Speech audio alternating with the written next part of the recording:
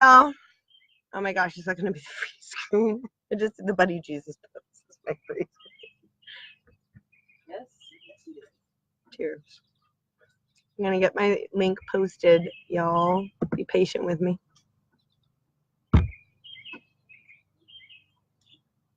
Oh, and today I am here with friends, at least for the moment.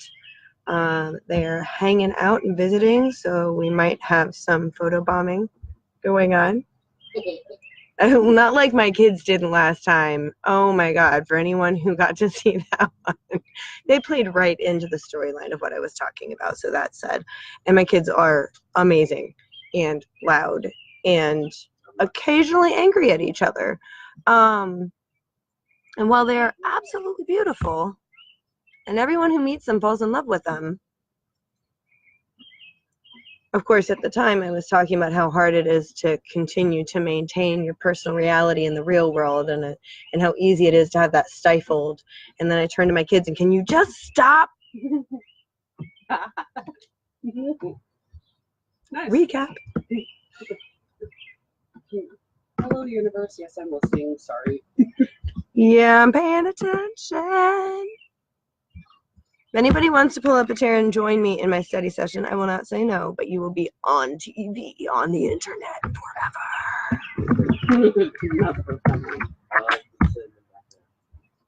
forever. What's that fabulous one-liner insult, and this time with your clothes on?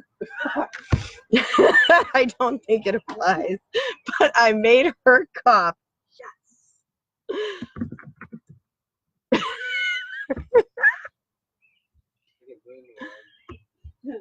Yep, flushing down my wrists. Didn't get me down to my ankles, though. You can see it all the way down. Yes, Jesus.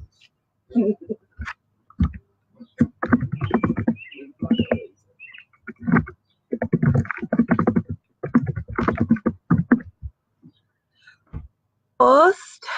Where else do I put this? I forget.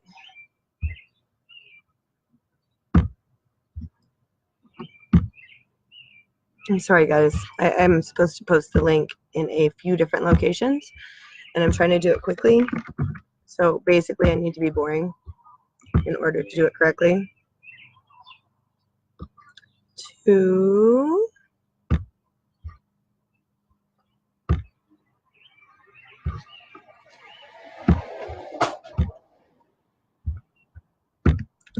Three.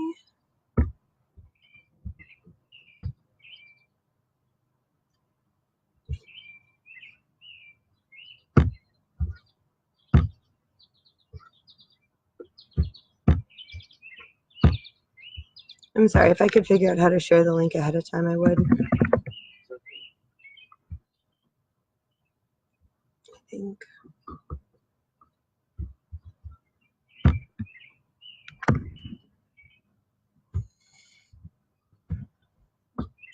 So this time around, this is like when everybody gets to class and they all sit down and they get settled into their chairs, and then the teacher walks in, or maybe the teacher's already there, and they're like, yes, we'll be beginning in a few minutes.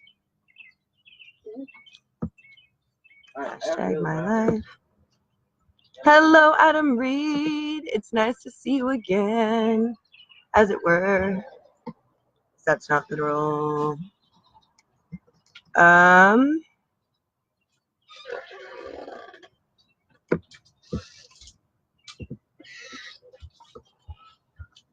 Okay. Only one more and then I'm good. Cool.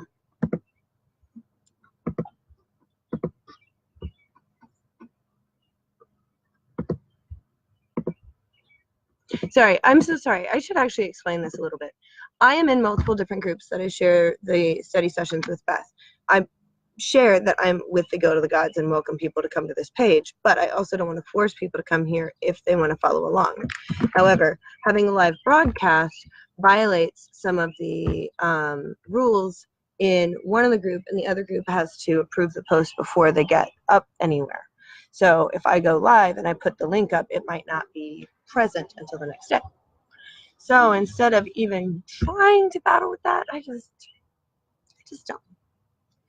So Logan, Hi, Aisling. It's nice to functionally talk to you. I've been wanting to. As it turns out, you have to do the tap, tap, tap, tap, tap thing, but I will talk to you.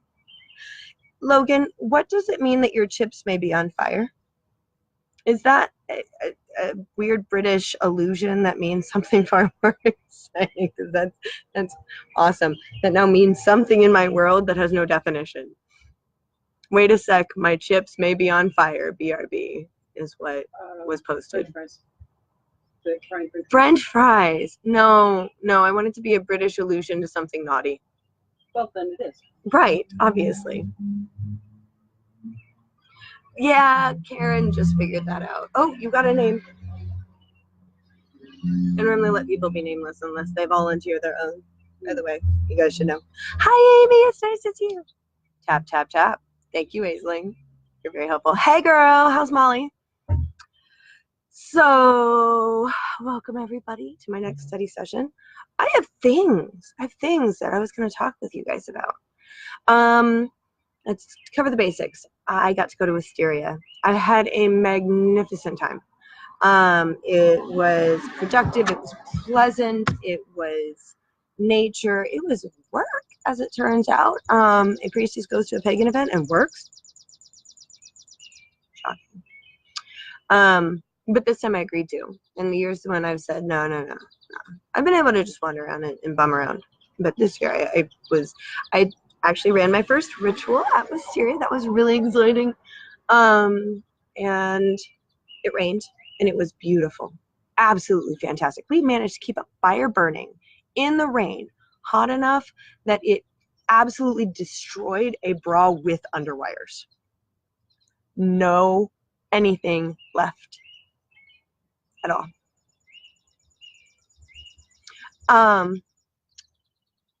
My friends are going so I can focus on you and them if they want to come and play. I've been doing my stupid Staggle tooth grin for the last few days, so if you guys see me being extra geeky going,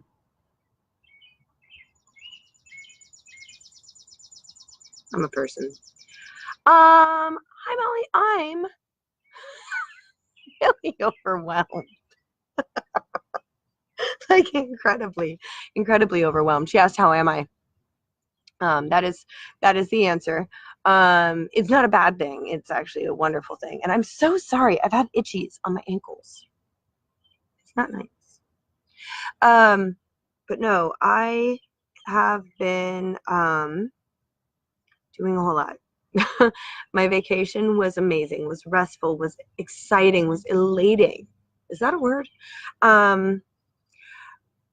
Adam, you are so intelligent. I didn't even realize this was strange until Adam pointed it out. How did the bra end up in fire? I will talk you through the ritual in a few minutes. It's a good one. I want to talk through it, and I want to be able to do it at different events in the near future, actually. I'm going to wrap it up in one of our harvest festivals, I think. But I did my first ritual at Wisteria. I also ran a couple of sessions. They went very smoothly. I finally really hit my groove as a priestess. I went through initiation last year with the guild, and that was a very rewarding process for me. I've managed to really embrace my chutzpah, you know. Let's adjust our aim slightly. Yeah. Ooh, those looked exciting. There we go. And look, again, I'm going to laugh about my boobs and then bring out my melons. I have a watermelon growing right behind my chair where you can't see it at all, but it's really exciting. It's cute. It's sticky. Anyway.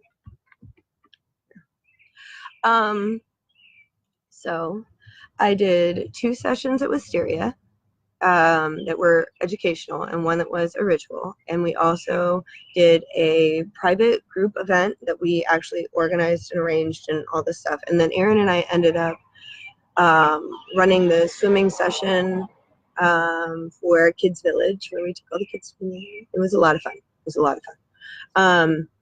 I need to be practicing my swimming. I might have to go get a membership somewhere so I can practice my swimming. Because next year I want to do that again. And we got to really help out with the Pawpaw family event.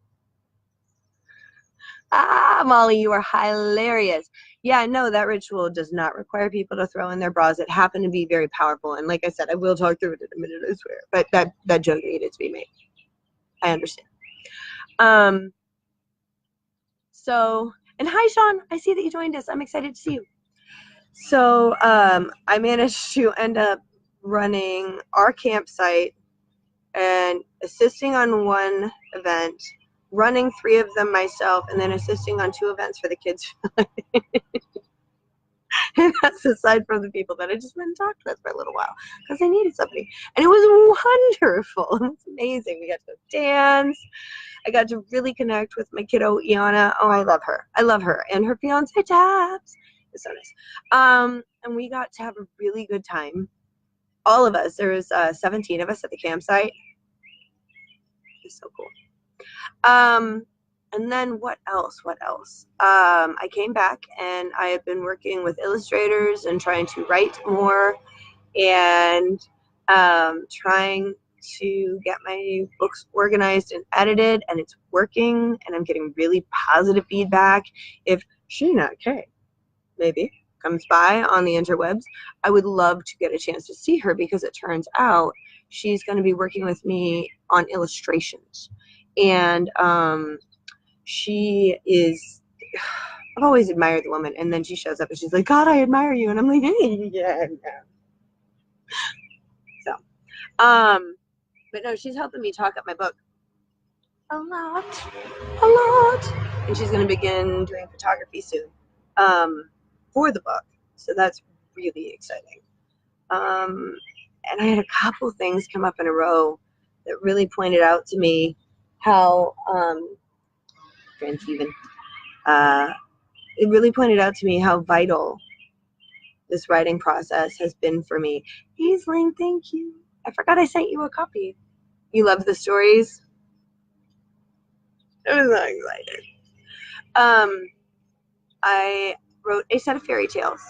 And actually, most of you out there who know my study sessions with Beth don't know that I write fairy tales. I've been obsessed with them since I still have my first book of Brothers Grimm, and it's a beautiful book, and I love the illustrations, and I love the style of it. The whole thing, just, I could eat it.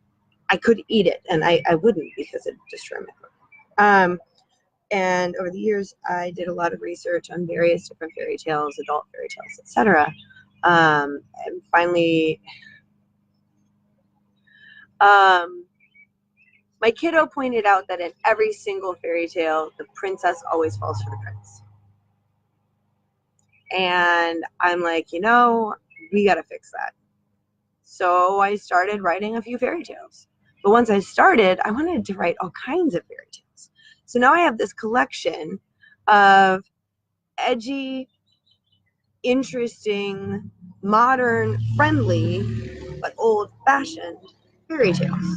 So I did my best to write in the style of Brothers Grimm, but using language that anyone can understand. They're very chill. In fact, they're funny.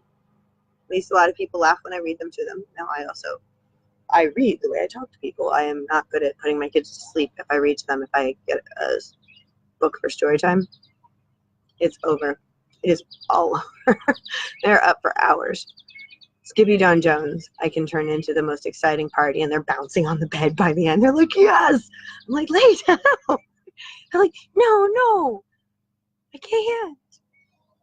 Anyway, so I have my own fairy tales that are along those lines.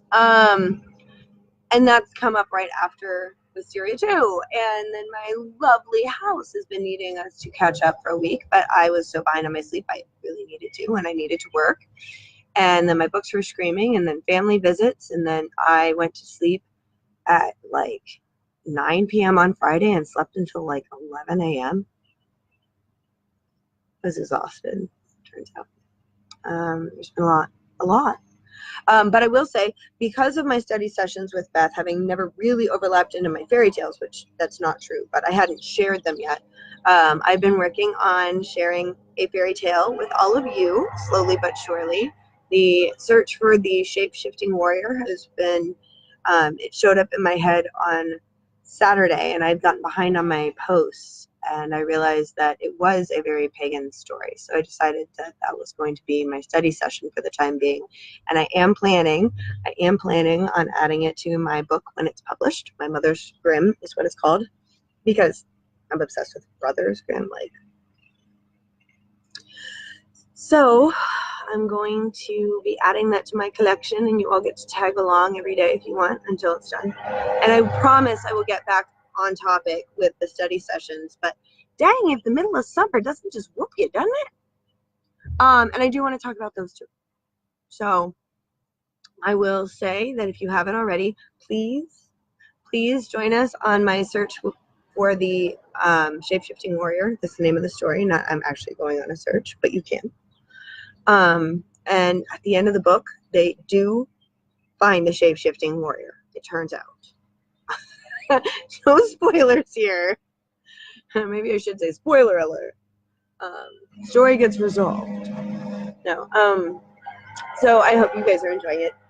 I hope. But we'll come full circle. Everybody wants to know why we burned the bra, right? Show of hands. At Wisteria, the theme was called Wings of Change. And Wings of Change was a really cool, a very appropriate too, subject for this year. We ended up having a lot of just positivity thrown out there. And when we first got there, you could kind of feel the tired on everyone because the world's been kind of hard lately. Just mean-ish, you know? It's been rough. So when we got there, Sheena K, I was just talking about you. Hey girl, hey. You have to rewind to see me get all in. Anyway, don't rewind. No need. So here's the deal. With the Wings of Change theme at Wisteria this summer, I went ahead and put together a ritual that was called Shedding Your Skin. And what's really funny is I kept calling it the dumpster fire ritual. Because I asked people to come dressed as what they wanted to get rid of in their life, to be able to shed that. And then we were going to cut it off of them and burn it. And this was one, incredibly powerful. Two, absolute shout out to my friend Dottie, and I'm hoping she comes and plays too. I don't know. It could happen. But Dottie, when I invited her along, shows up. She like stops everything. She's like, hold on, I got you. I'm like, okay.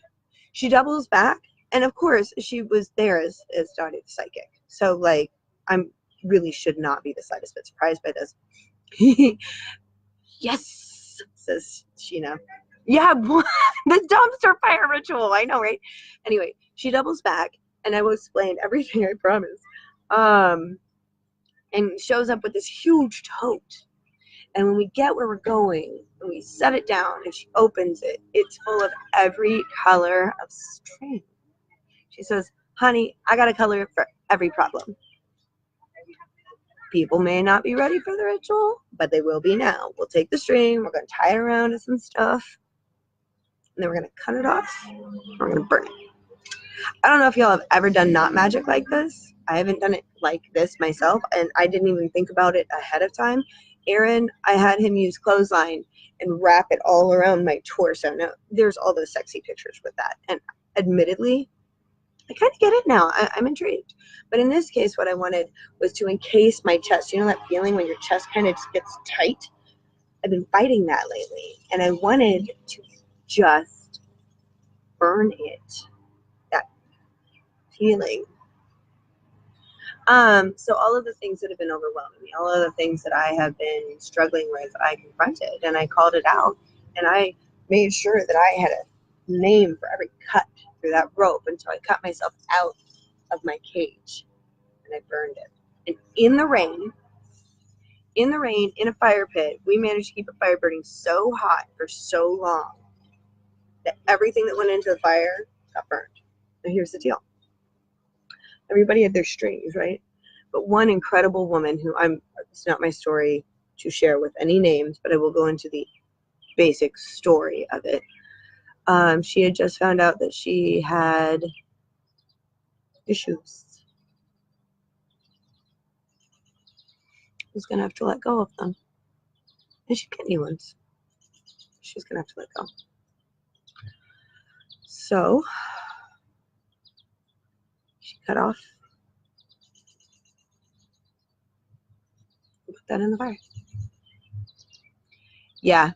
This version of cleansing, and this wasn't for the light of heart. This was for the this just won't stop kind of scenarios. And we all had some. And some of them were really just angry, and we sobbed and we laughed, and everybody spoke up and had opinions and talked freely. It made my heart so full. I was so happy about this.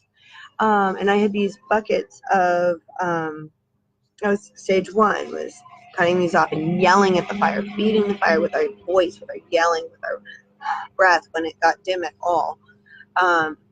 And we managed to keep that sucker going for hours. It's amazing. But then we had bins of Castile soap and water.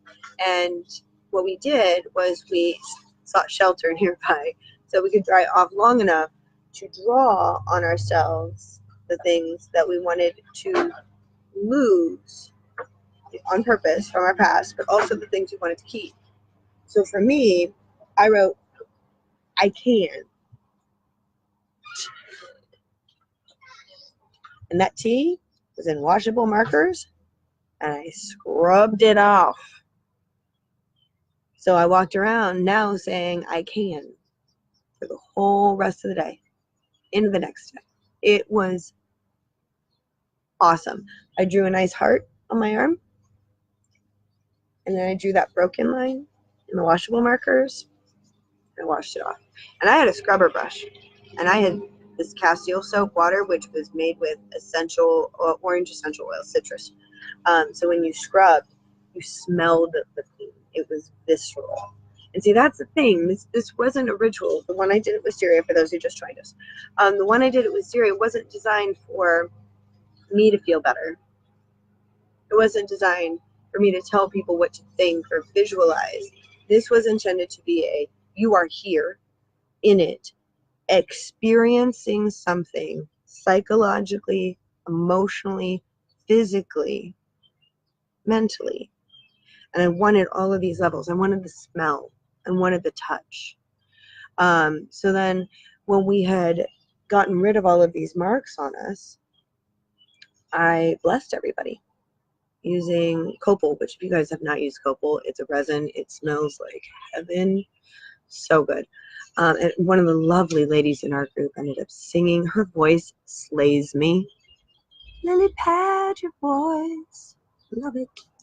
Anyway, so she sang to all of us as I cleansed everyone. So we had our fire, we had our water, we had our air.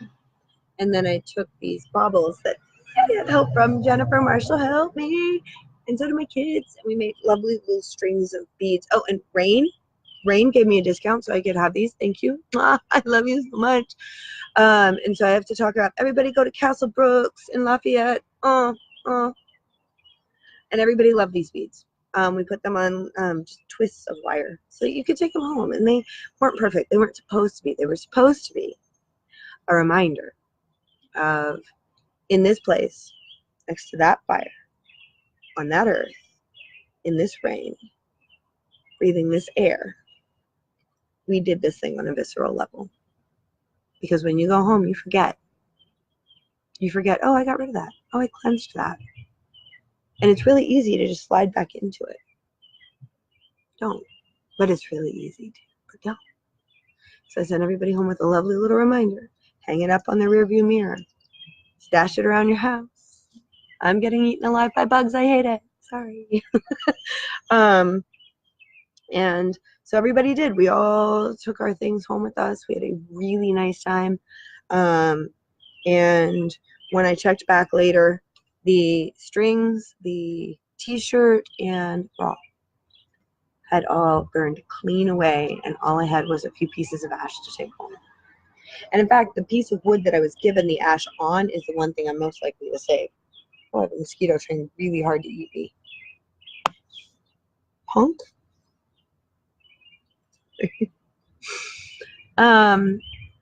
I also got to do my introduction to non-physical beings, which was really cool because I had some volunteers come out of the woods, literally, and I got to introduce everybody to some Sheena, you've got to come and play.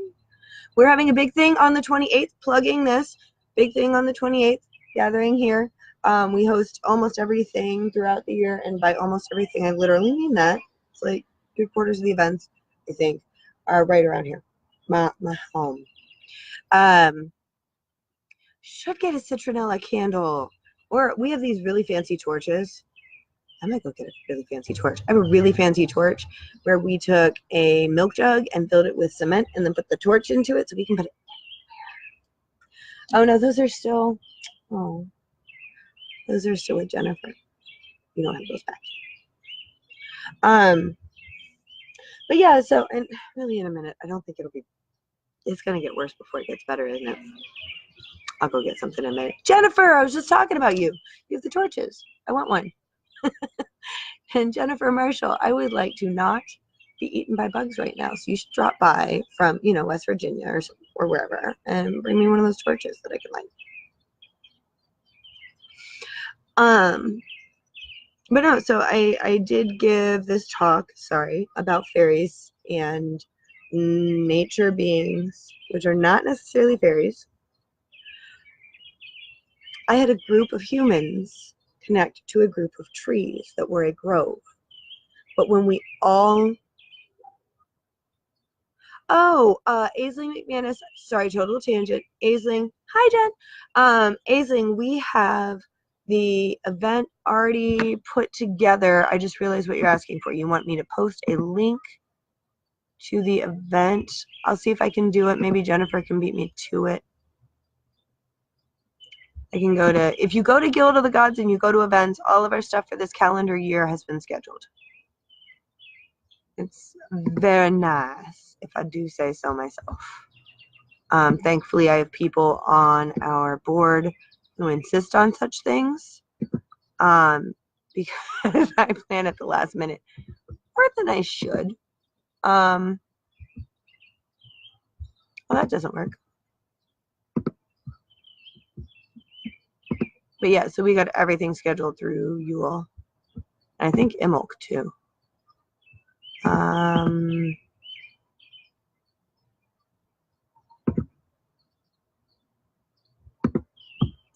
Oh, I can just grab the destination. I was trying to do all sorts of difficult things. Apologies. Thank you. This is my yard. It's my home. Those are my willow trees right behind me that I planted by accident. I thought they were going to be a fuchsia. They're not a fuchsia. They're now a 30-foot tall, fast-growing spiral willow. This is why we don't plant random things anymore, children. Oh, but that is the link to the event. Aisling. I love you too, Jen. So when we were doing our session, I was explaining the difference, all of the humans connected to this grove of trees. And when we all truly connected, no, spiral willows, similar. They make the really cool magic wands that spiral, they come from those, if you've ever seen those. And I, by the way, have a tree full of magic wands waiting to happen. Anyone? Come get bugs. So I might have to go get some bugs something and come back in a second. I want to finish my thought. So when the humans all connected to this grove of trees, and we all let ourselves, because that's what I did at the beginning. I got everyone together and said, look, we often don't know how we sense. So let me just have you all connect to the trees and see what you sense or how you sense. And even the people who really didn't expect to, mostly did. There was only one person who didn't. And I think even that one person didn't know how to interpret it, which I did say that at the time, I think. Not really well. But when we all did our connection, regardless of how we connected or what we sensed, there was this moment where we hit that harmonious state where we were all in line with each other. We were a grove. You know when you walk into a grove of trees and you know that you're in a grove? Oh, that feeling was amazing. I need to just do that on purpose sometime, just because it's magnificent. because honestly, rarely feel so connected to the universe around me. It was fantastic. Pardon my floofy brain. I left it in for too long. Angie, thank you. Oh yeah, Jennifer, you were at the session, weren't you? She's breathing about me. You're gonna make me blush. Thank you.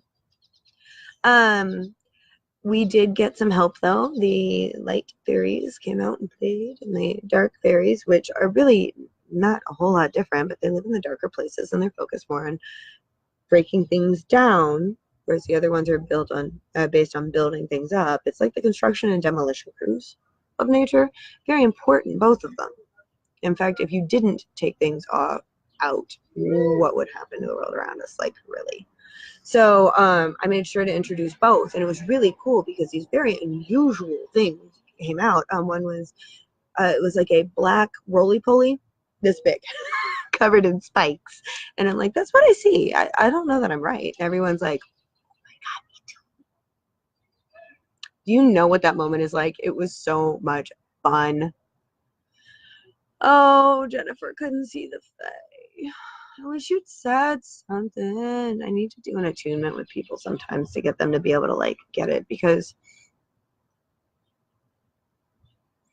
it feels like you're imagining things, especially as a grown up, a grown up. It feels like you're imagining things, or it just feels like this white noise. But I can help people just attune. In fact, a while back for the teachers in our group, I had a teachers study session where I worked with people on picking up other people's energy, being able to not see through their eyes, because that's one, creepy, and two, I don't know that it's not easy, it's not logical, it's not helpful as much as you might expect, but you can kind of share their perceptions in a passive sense. And if you know that you can in a passive sense, then you can talk with them in more detail and work out the active alongside. I like to think of it as hanging out backstage and trying to figure out what's going on stage. You can if you take a minute. So I did a fair bit of that with a couple of people who are willing to say, I just don't get it. And I'm like, I don't think you're on the quite the right wavelength. Let's adjust. It's like focusing a camera. It does, Aisling, it does help to be a bit crazy in seeing them, because the thing that I always struggle the most with is getting people to suspend their sense of disbelief. I know that this is not real. Not I think. I know that this is not real. If you're willing to say, it could be, we can talk. Until that happens. Hello, Michelle Fox Ferguson. I was just talking about the act of helping people suspend their sense of disbelief. It is difficult. If anything, I prefer. See, this is actually part of why I love the Temptress goddess. I believe it was in The Mysteries of the Dark Moon. Amazing book by a lady named Dimitri something. I apologize. My recall of names has improved dramatically, and I still struggle now and then. Dimitri something with an M. She, I believe, talked about how there are actually, in many ways, 4 phases of the moon. One is the new moon, 5 phases. Then you have the waxing phase, the full moon, full mama belly. Then you have the waning moon, and then she talked about how there was also the Lady of Mystery, the Temptress goddess. When the moon is hidden from you, you can see it, but you can't see it. You're not sure where it is, but it flirts with you. Oh, that spoke to me, especially as she talked about how this different viewpoint, it helps pull people. Hi, mama. Sandy just joined, Graham just joined. The Lady of Temptation can help lead you out of your bad habits. It's like, forgive me, but the affair that ends up pointing out your marriage is broken. I've had one once. I've been one once. It's not a bad thing sometimes when the relationship is truly broken and you just get that, admit it to yourself, you know you want to, and suddenly you can't. Months, years can go by and you're tortured and you're miserable, and then suddenly you're willing and able to move on, or at least try to. At least, here's the thing, you have to look forward to it. If you're just like severing things, it's like you're cutting yourself open when you go through a breakup or a major transition. And this lady of temptation, instead of helping to egg you on into basically self-harm or something, she ends up saying, no baby, no, you come over here, we're going to talk about places you can go, all things that you can see. You could go to the Eiffel Tower. You could go to the caves in Mongolia. You could, or in northern China. I know where I mean, but I don't know that many syllables I don't easily pronounce. You can go to the sands in Morocco and live in a Bedouin tent. And that, darling, is what you can do if. Oh, Jennifer's leaving us. Bye, Jennifer. I love you. See you soon. Too much noise. I understand. I have too much noise. I hope you guys could hear me okay around that airplane. So when I tell you all of these things, I know so many of you are probably sitting there going, oh yeah, no, I have roadblocks. I have the job I have to do. I have the relationship I couldn't get rid of until. I have all of these things in my own life that were basically lovely requirements that I wouldn't consider optional until I had something pull me away. That lady, it's a spoonful of sugar, helps the medicine go down routine. When I really learned about her, I learned a lot more about myself, and how I choose to lead and how I help people go through major transitions. In fact, actually working with the non-physical beings, the non-planar beings that I ended up discussing, I ended up demonstrating that the same approach could do wonders, because a lot of these beings have never been shown a kind hand. They've never been asked what they want or offered a real meal, not voluntarily. And they can't interact, they can't eat, they can't drink. It's a really horrible living for most of them. I mean, there's some that are at least close enough to our wavelength. This is non-planar beings I'm talking about, the things that most folks refer to as demons. The ones that I've interacted with, they aren't evil, they're starving. Starving. Have you ever seen a starving human being? I wouldn't call them evil either. Angie, I would love to talk to you at the Mosey. That is fine. I will do my best to remind you. But when we're dealing with these beings, I'm nice. And I look at them and I say, hey, sweetie, can I touch you? Can I make you smile? Can I feed you? And they're like, yes. And then they follow me and I send them home. I don't tie them up. I don't burn them unless they make me. I don't need to. Most of the people I meet, I do the same thing. I do the exact same kind of thing. Even if you might be having a bad day, you might not be used to people being nice to you, you might not be expecting to be comfortable in this world. I can feel discomfort, like a off key. And oh, by the way, I can really feel an off key. Most people don't tweak out quite as bad as I do. And I feel discomfort. Sign language. My crew is talking with me. And Leslie husband again. He's never going to get on camera. Just so you guys all know. You will never see him on camera.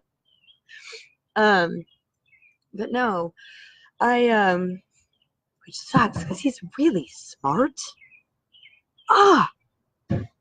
We'll get there. He's actually the character Gray in my fairy tale, totally based on him. Anyway, so when I am personally looking at people in the guild, outside of the guild, I can feel this dissonance of somebody not feeling like they quite belong, and I beeline for it, and I reach out to them. But I do it with that, hey, wanna come play? Like, I had somebody ask me if I was flirting with them. I'm like, yes, I flirt with everyone. I follow the Temptress goddess. She's marvelous. She's got more people out of just ditches in their life than I could count. Well, thank you, Sheena. She says I'm adorable. So, actually, the other thing I focused on is a natural segue from here. The other class that I led, other than drumming with the families, which, by the way, pulling everybody in with a lovely drum beat, that was fun. It was fun. I normally don't do the drums, but I was one of like 4, maybe 5 people who were playing drums. I'm like, yes, we will own this. And it was great. People said it was the best kids, or the family pawpaw thing that they'd ever seen. It was a lot of fun. Yeah, flirtation does. It keeps your soul young, and it also helps make other people around you be the best person that they can in their own perception, which is so educational. Watching people stand up a little taller and smile a little wider, there is no downside, man. Except for when people take it too seriously, because we all do sometimes. And some people are really fabulous.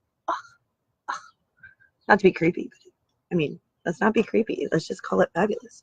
Sorry, pulling down my pants again. I'm just going to randomly wiggle as I talk to you guys, okay? I'm not good at sitting still. So when it came to my second... Oh, no, Angie. I'm sorry that you're lost. Okay, sweetie. Come back with us later. I post this. It's saved for perpetuity. And I might even transcribe it or take it down so I don't have to look at it. I hope I'm not embarrassing myself. I never know for sure. I will see you soon. So, with all these fun things, the second session that I ended up teaching there, no, you know what? I'm going to totally segue for a minute. Wisteria is a place where the heartbeat of the land is audible. People drum it at pawpaw, but just walking around, you can like bounce. If you jive with the energy. I did get to meet someone who really did not jive with the energy there, and I finally understand what it looks like when you don't have this like whoa effect. But we, almost everyone in our group, walked around on this high, connecting with the earth, going swimming, going just playing with people. It rained. Oh my God, it rained buckets, and we saved the fire. We made a lovely stew. Thank you, Jennifer. Mwah, delicious. And then we were soaked through anyway, so we went swimming. Seriously, it was awesome. We went swimming for an hour in the rain. Then we went for a long hike in the rain. Then I went to sleep. And when I got up, it was time for the drums. It was so nice. People are very...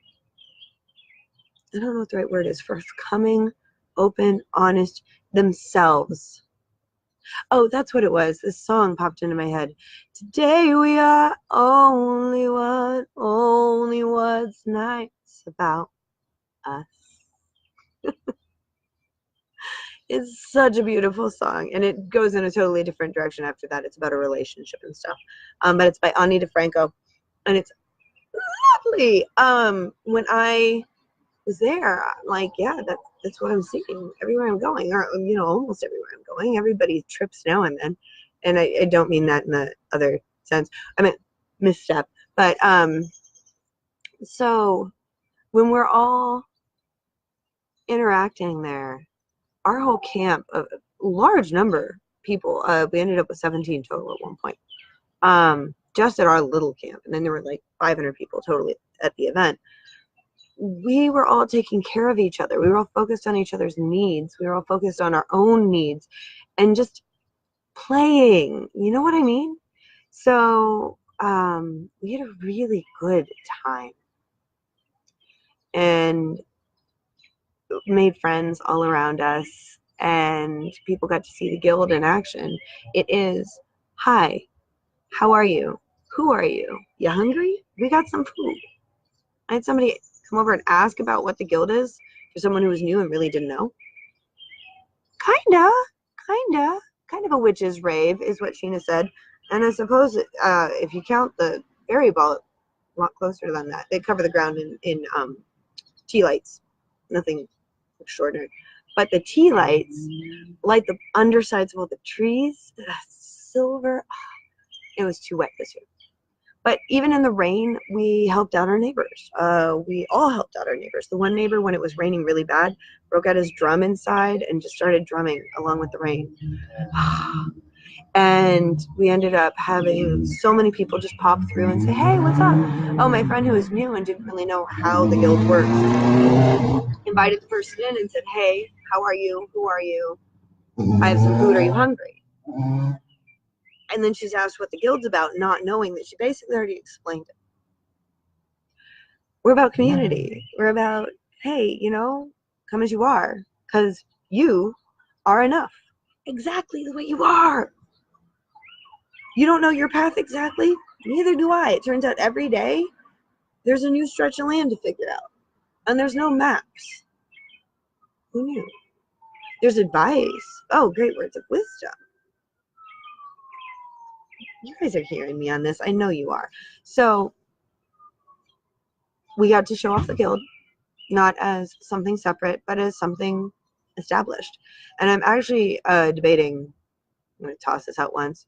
No, we have not been to the Burning Man. We have talked about it. I have a project I want to do there. I make paper back into trees as an artist, and I want to get a whole bunch of paper and flour and water and plants and make a giant paper mache tree that's growing at the top. It has plants growing out of the top, and then at the end we'll burn it. I mean, other than the plants. I don't know what. I kind of want to take the plants home. I don't want to sacrifice them on the pyre. But so with all of this amazing experience going on, the gist of the guild was able to just be there. Oh, and I'm kind of talking a little bit, possibly, maybe, about the guild trying to do something long-term to benefit Wisteria and vice versa. This is my first time saying it out loud, so please don't anybody take it too seriously. But I like the idea of it, and I'm kind of pondering it. Coming out and doing a project there, coming out and doing some work there, building something specific that we can offer. People do it all the time. It's where a lot of their projects come from. Some of them are maintenance. Some of them are ritual circles. I don't necessarily need to be a center, but we seem to be. This time we provided just a haven for a lot of people, especially with the rain. And we come full circle. The next day we managed to have 80 degrees and sunny, violent thunderstorm. 80 degrees and sunny, violent thunderstorm. Then a fabulous quiet evening. It wasn't bad. It was weird, but it wasn't bad. We kept the fire going. Again, we made a lot of food. And we actually ate it all, which was a whole lot of impressive. We got to go to the drumming every night in the woods with the bonfire that's 15 feet tall. And I told everybody a story. 200,000 years ago, give or take, a man, a woman, and a child are walking through Ethiopia. We don't know why. At that point, humans mostly lived in the trees, but for some reason, this family had gotten down and walked on 2 legs each across a huge plain of sand. Now, there was a volcano exploding nearby, and possibly that's why they were going where they were going, but the fact of the matter is, we don't know, and we really never will. That's our drum. It's a sexy drum. I got it for Aaron for his holiday present before.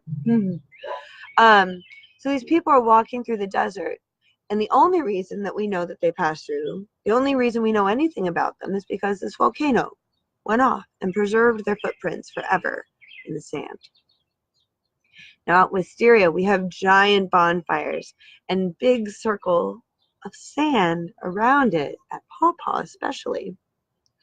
And I looked at everybody after telling them this story about this ancient form of man that has ignited people's curiosity. It has caused sketches and stories. And just because 3 people happen to walk and have their footprints preserved. And I looked down at the sand, and I looked at everybody's bare feet, and I said, if people could see our footprints in this sand, oh, the stories they would tell. Everyone cheered. Everyone went back to singing and dancing and drumming. It was lovely. It was really lovely. And I went back to camp because it turns out I was tired.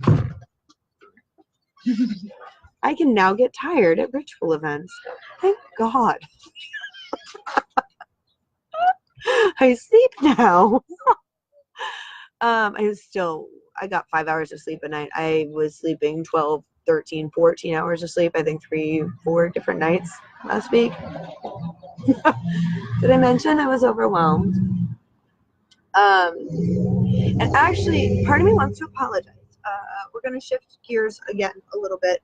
I still haven't actually told you about my second session, and that's maybe appropriate because over the course of going to Wisteria, I kind of got off topic with the overall study sessions. I came back, I told you a little bit about Wisteria, then I told you a little bit about special gifts, and then I ended up launching into my fairy tale. Oh, Sheena, you are marvelous, and I've missed your face too. Just because everybody else is quiet doesn't mean you have to feel bad about speaking. Besides, your word's been awesome. Don't stress. So here's the deal, okay? I am trying to teach you guys about this concept, right? So I'm talking about how people have thought about magic, how people have thought about numbers and art and adventures and sacred spaces, talking about different religions, talking about different practices, talking about fictional novels that really convey these core principles of theoretically our practices, right? I'm assuming we agree on most of these points, and I can make that general statement of our, right? Our practice. So I talk about all these different subjects and these different focal points, but I'm not trying to teach you any of that. I'm trying to teach you this right here in the middle. The words are way too simple. You are, I am. We exist, and we can build each other, or we can destroy each other. But every day we have a choice. Have fun. These are words that are just, I mean, especially in this modern world of memes and YouTube and videos like this, there's so many words that if I use the simple words that I won't convey that. Not really. When I am working on my day-to-day existence, I don't even remember that I've got that under my belt. Does that make sense? It doesn't even feel like that is part of my arsenal. But then I'm able to do a lot of different projects, go in a lot of different directions, because I've allowed the divine into my life on an intimate level to share in my day-to-day experience. And in so doing, I have offered myself as an offering in my world.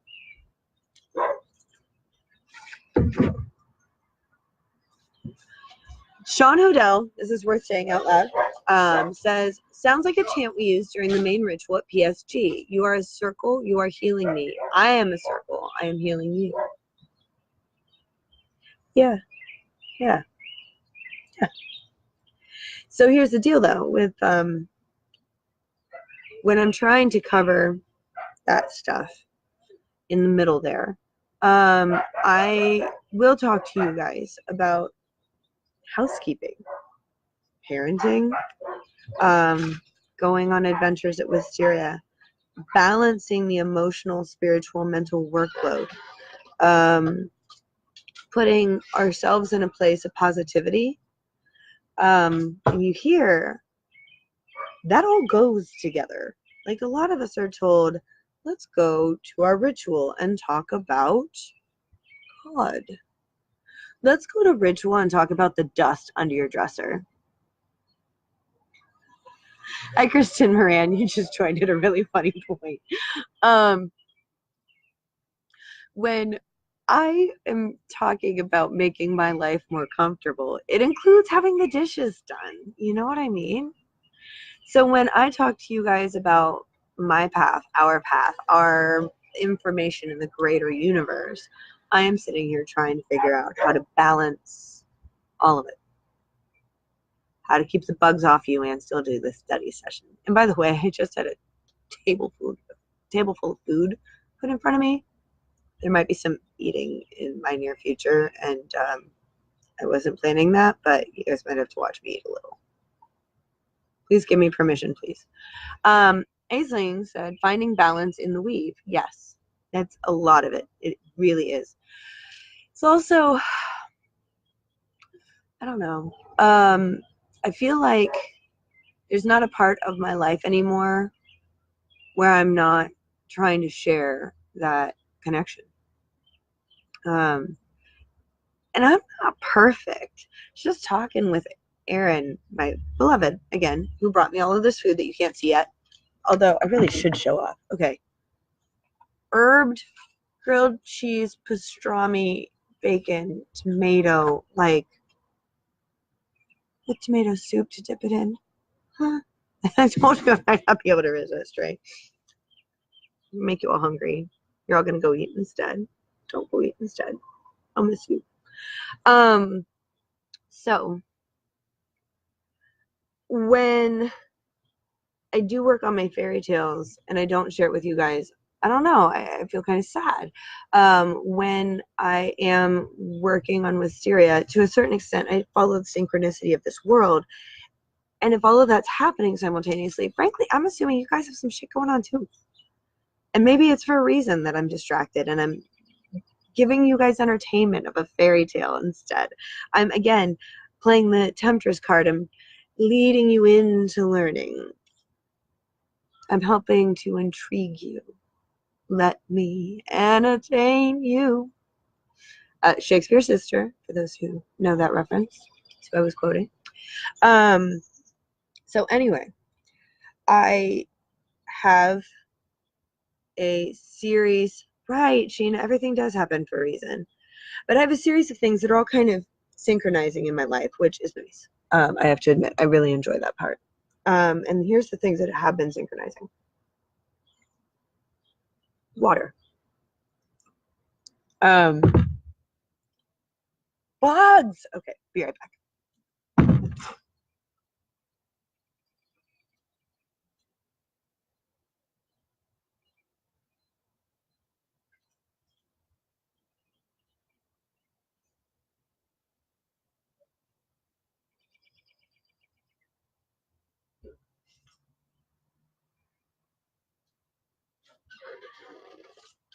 Aaron?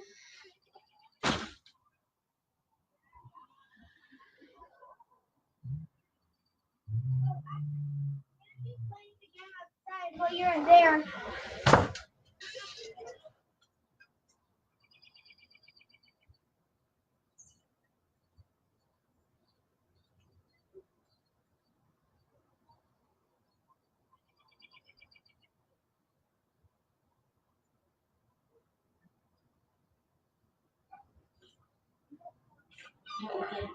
I just put everything on hold for a minute because I was being swarmed. If we have any oil, I have the torch that I can use.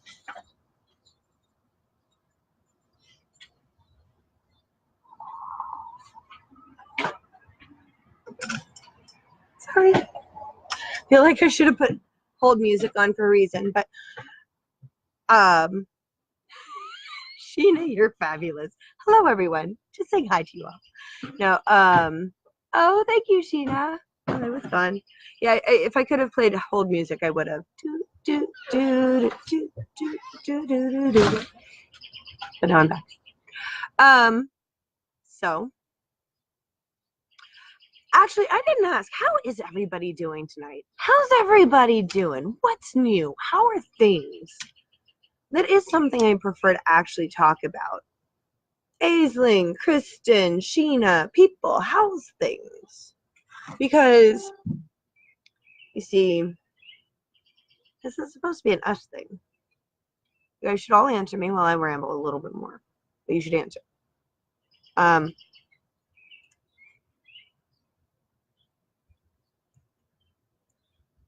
You're jealous. You are. Mm. Mm. That was fantastic. So here's the deal. Sheena is groovy, baby. It's true. You should all tell me how you're doing, though. Oh, first week of new anxiety, depression meds. Are they affecting you at all then? I mean, not to be nosy. The first week, I'm used to them not affecting. And then you hit the white noise stage. And then they work. So I hope it's treating you well. How about I say that? I hope it's treating you nicely. I hope it only feels good and not unpleasant. So actually, I've been helping people with anxiety and depression a little bit lately by helping to encourage them to find their own paths. Paths. I left out a syllable. And just so it's said, yeah. Oh, Aisling, I'm sorry you feel stoned. And Sheena's not sleeping. Trade. Is that awful? I hope it's not awful. Because then the stoned feeling will help Sheena sleep, and then Aisling can feel better. Right? I wish I could do that. There are spells of transference that can do something similar-ish. But you have to be in fairly close proximity. If you think really hard about each other, who knows? Sheena's in. So here's one thing. I wanted to talk through becoming with everybody.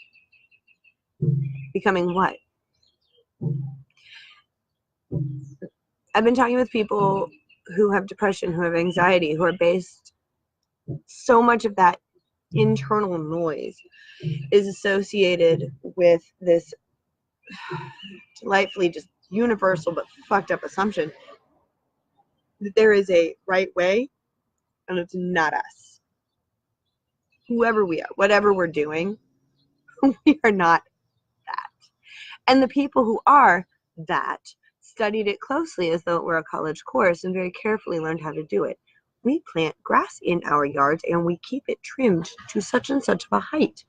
And we make sure that anything that is not grass is killed. And we make sure that we only use our gardens for useless plants, or we treat them as glorified wastelands around our house. You guys did hear that. That's like the status quo normal thing that most people do. Oh, the bombs have started. Not literally. Those are fireworks, but they are actually beautiful bombs, just to remind people, because I feel like I need the reminder now and then, because they're so pretty. But no, my dogs get mildly terrified. Other dogs get very terrified. So anyway, when we are each dealing with our own challenges, when we are each aimed in our own directions, when we're each stumbling through the dark trying to find someone that we can trust enough to lean on, who's not just going to crumple or be like, why are you touching me? So few of us really feel like we are entitled, allowed to be that person, that we're allowed to lean, and more than that, to just expect that any part of us is acceptable and normal. Oh no, Aisling, I build fire, you come here. I don't actually want to build a fire right now, but I will soon, and you should come, and I will put you next to the fire and wrap you in blankets. I do that. Actually, you can ask many people. I've done that recently even. So, and don't hesitate to run a really hot bath and wrap yourself in more blankets in case it needs that. So when we are talking through the right way for any one person. The hardest thing I tend to struggle with is actually which voice sounds right to you. It's kind of like doing that eyeglass check thing. Here is one book written by a Santerian. Here is one book written by an African sorcerer. True story. Here is one book written by a Native American who follows the rainbow path, welcoming the Aisling. We allow dogs at our house, not cats. They don't play as well together, but dogs. So it said. Can't bring the fur babies. So, and we do actually at the rituals within reason. We allow dogs. If we ever get to a point where we have 15 dogs and we're like outnumbered, it might change, but right now it's not the case. So no, I think 15 dogs could outnumber people. I don't care how many people there are. Sheena says, is it bad that I always want to love and care for everyone, even people I never met? I find myself saying, I love you all the time. It just comes out, has since I was a small child. It's like I can feel they need to hear the words. Actually, honey, I think I caught that from you in high school because she was a friend of mine in high school. She was splendid. Still is. And I say that all the time to people. In fact, I have it weird people out, especially since I am flirtatious. When I say, I love you, they're like, oh yeah? I'm like, I don't know what to tell you. You're a fabulous human being. Shut up. I like you. I don't know. That's my take on it when it goes sour temporarily. I apologize. This is delicious.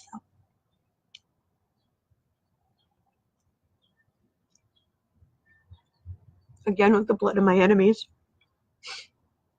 This time it's tomato soup. I have a thing for tomato-based products. I don't know.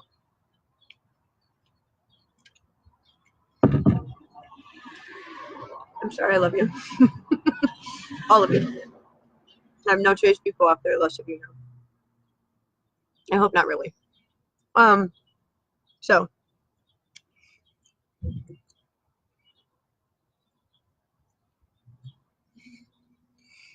I feel people's needs, and it makes me uncomfortable if they go unmet. I'm sure Sheena can identify with this on a deep spiritual level, and many of you guys probably can too. Part of it is I am an empath. Part of it is that the reason I became the blood of the enemy. Yes, Adam, I'm always the blood of my enemies. Seriously, all 5 of them. And for those of you who have been reading my fairy tale, today I brought out the surprise of you never have to worry about facing an enemy if you're willing to make them an ally.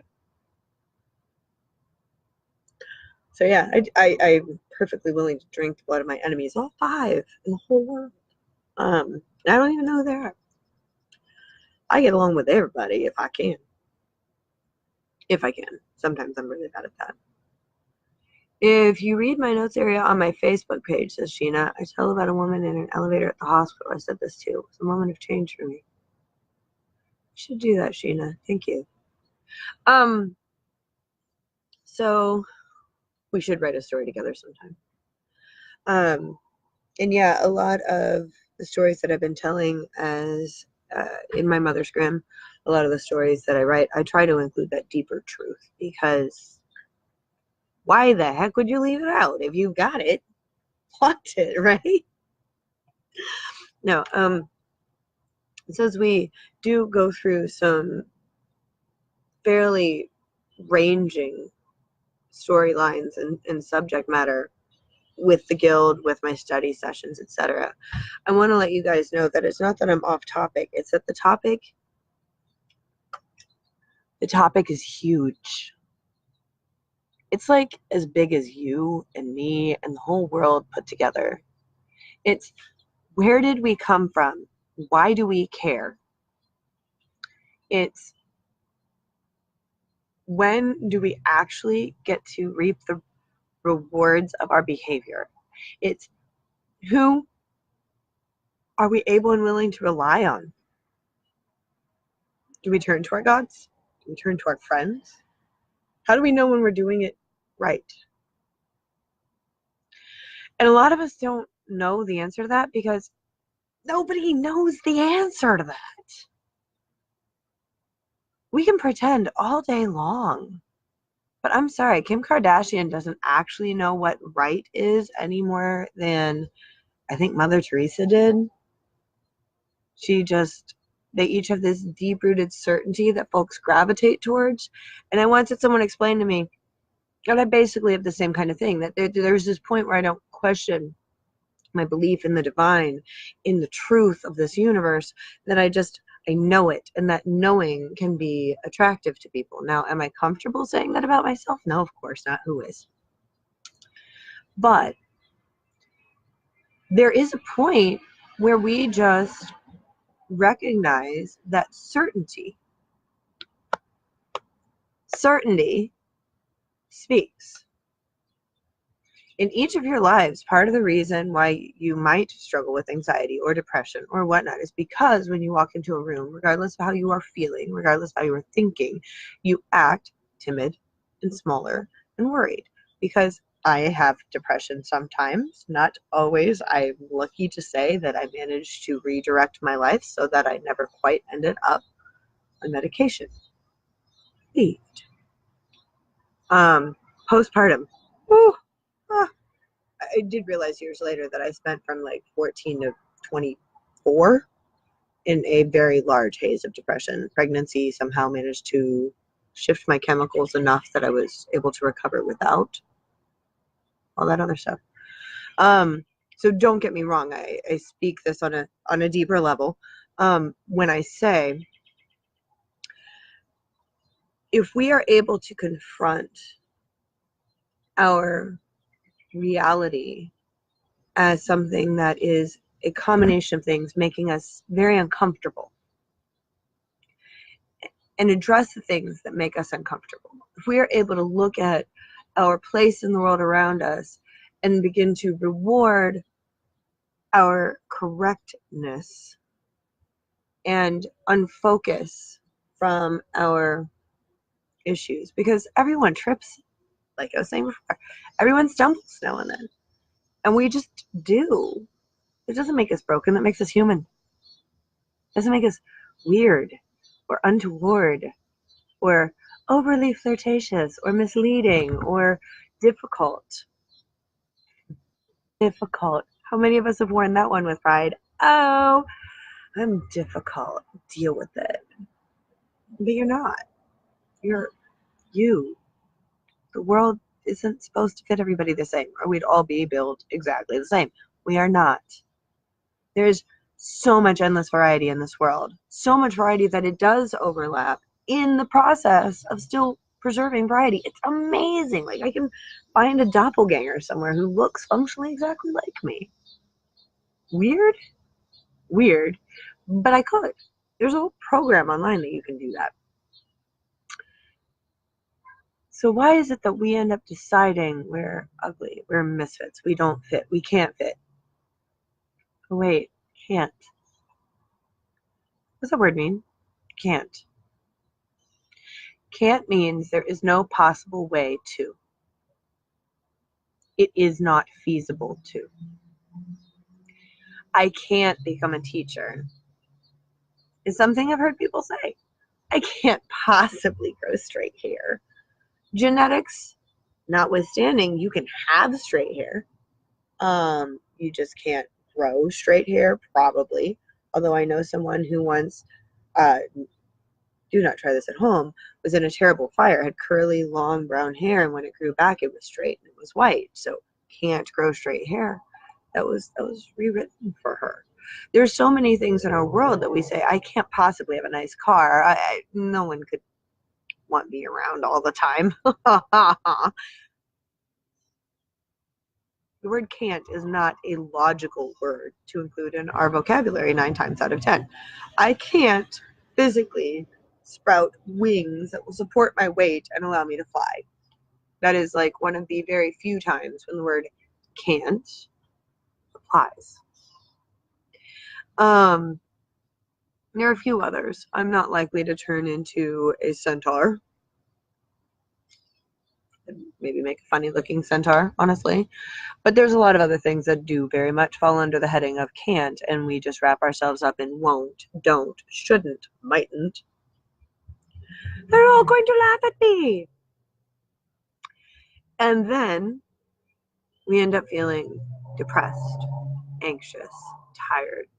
And even in my favorite part of this, which I've been facing myself over the last few weeks, we race at it screaming and say, no, I can. And because we've got this I can't build in our head, it's exhausting.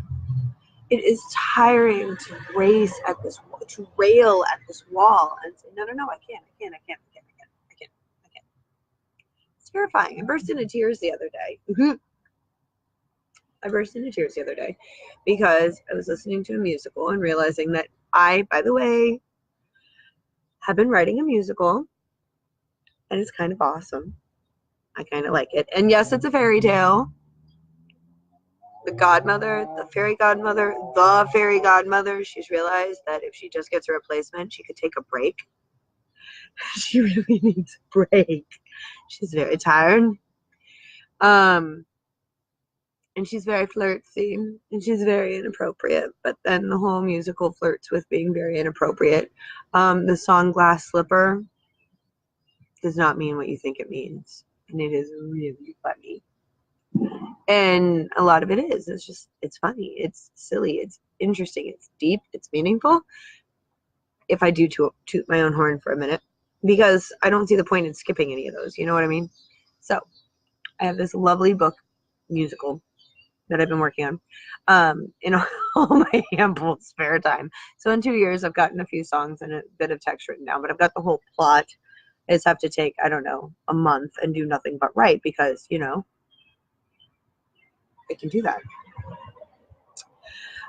Speaking of, I might be starting a Patreon. If anybody's interested, I don't know, but I'm going to maybe start a Patreon because I need it. I do. I need to be able to know that I'm going to make ends meet and still try and meet all of these different goals I'm aiming for, and I'm aiming high. So I've been facing these things, and just the act of realizing that with the way my fairy tales are going, the way that my stories are coming out, the way that my study sessions have been going, thanks to all of you, I love you. I have a chance of really taking my musical and turning it into something amazing and fun that we can all enjoy together. That's exciting. And it's hard. Like, nobody expects that to happen in their lives. Like, who's gonna really? So I'm trying, and it's hard, and I get overwhelmed just from how much I'm trying to do that I really never thought I could. Even me talking to you guys right now, I basically have to pretend I'm not, or else I get all stupid. And I do. It's kind of funny. Aaron gets to deal with me acting self-conscious now and then when I'm like, I just put a thing online. So for those of you who are like, you're so brave, I couldn't do that. I'm like, me either. I'm just faking it. And eating things. I'm sorry. Thank you for your patience with my food. My husband can write up the recipe later if you guys want it. Seriously.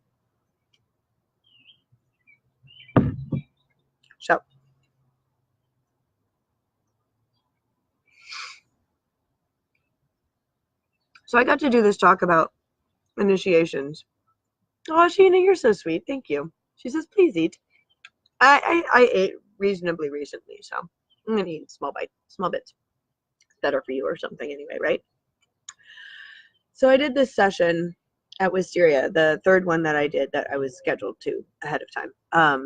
I like being priestess. It turns out if I could do something and get paid for it for the rest of my life, I would do this all week long, all the time. It's my favorite thing. But I have to eat. No pun intended, because please eat, But it's important. Turns out 3 kids and all that. Actually, 5. 5 because my foster kid is engaged. I'm still a nerd over this, sorry. And I really like her. She's great. So I did a talk about initiations at Wisteria. And the talk involved a lot of see thyself.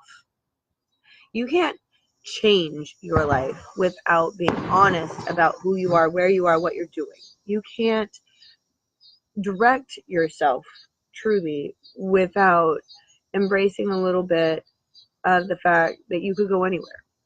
And if you truly decide that you want to go through an initiation, the universe hears you, regardless of whether you have a teacher or a group. You don't have to face every challenge that you are given at that point. Sheen, I love you. We talk. She offered possibly photographic services for a wedding. So when I sit people down in initiation, one of the things that I focus on, as I've mentioned multiple times, is that you have to be willing for change. Working with the Temptress Goddess is something that teaches me a handful of very interesting things every week, including you have to be willing to accept change. You have to be willing to accept challenges in your life. You have to be open to the possibility of becoming something completely new and different. And no one will ever force you to. So I can tell you, you have to 1,000 times, and it won't matter unless you want to. But when it comes to initiation, if you aren't willing to fall into place, the universe can't shake you out necessarily. It can try, but I've seen so many people, no, I'm going to stay. So when I talk through initiation, I let people know that part of it is you have to just not be afraid of your darkness. Your darkness, it's never going to be as dark as you expect it is. It's almost never as bad as people expect it is. And even when it is, it tends to improve when it is observed, because at that point it suddenly is held accountable. I can't look. It creates this bubble of possibility that is filled. It's like, what is it? Somebody once said, no matter what you have to say, please say it, because I assure you what's going on in my head is worse. We've all heard that, right? We've all thought that, right?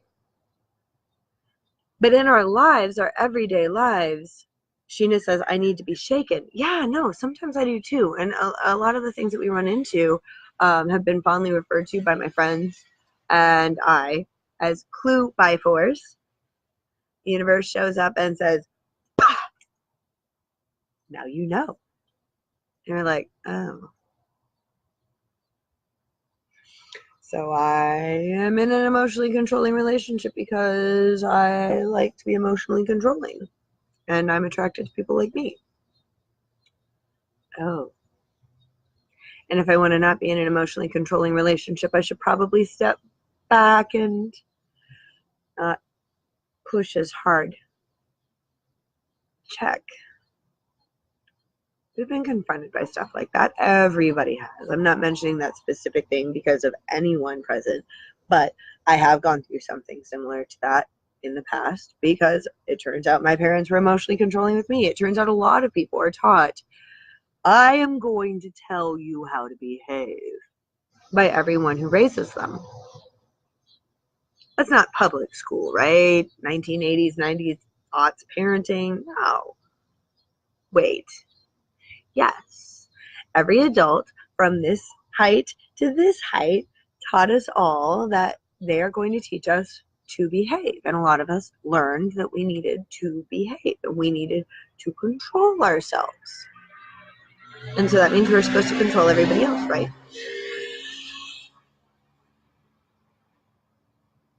But what if not? The practice of initiation involves this concept.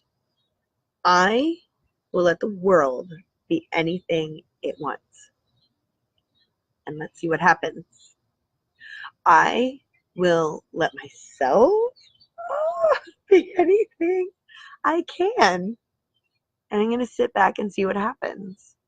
And because we live in the modern world, we're going to do that around our regular work day somehow, without going crazy with all the maintenance that every human being nowadays has to do, without basically relying on another human being, because then you're weak or something. I don't know.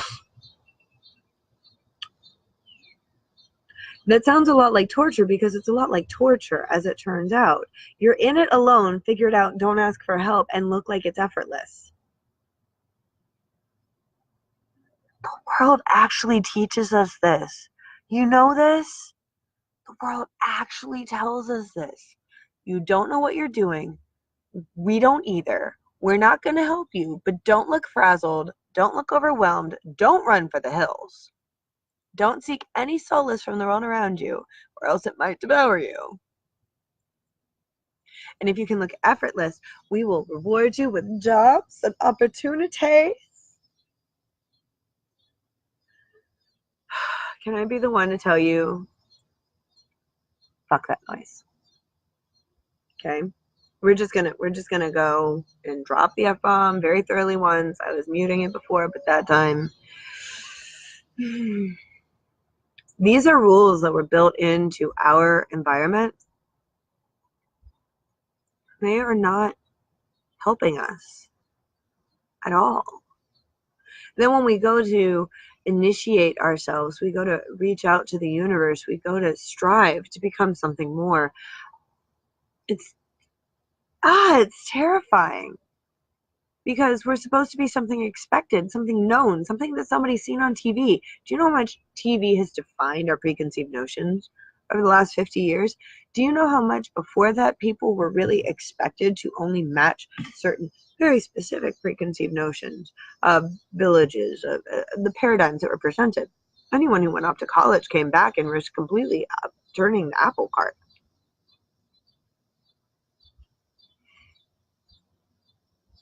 Expectations. Today is going to match some part of the definition of yesterday and the week before and the years before that.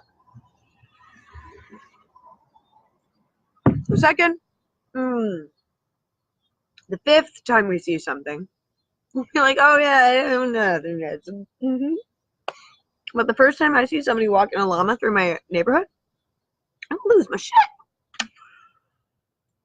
Who wants a llama in my neighborhood? I mean, I would. And that's what we do. What if you're offered a llama?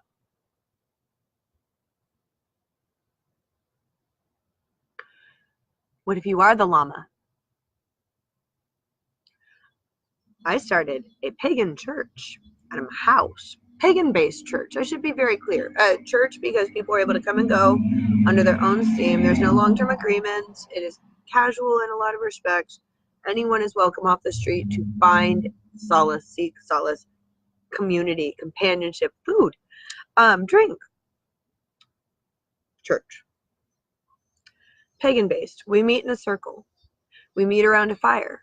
We invite our children. We invite our dogs. We have a potluck, we drink, we have fun, we communicate with each other, and we also learn and observe, and we do song, we do motion, we do ritual, we work together in a symbolic, spiritual, emotional, mental, physical way.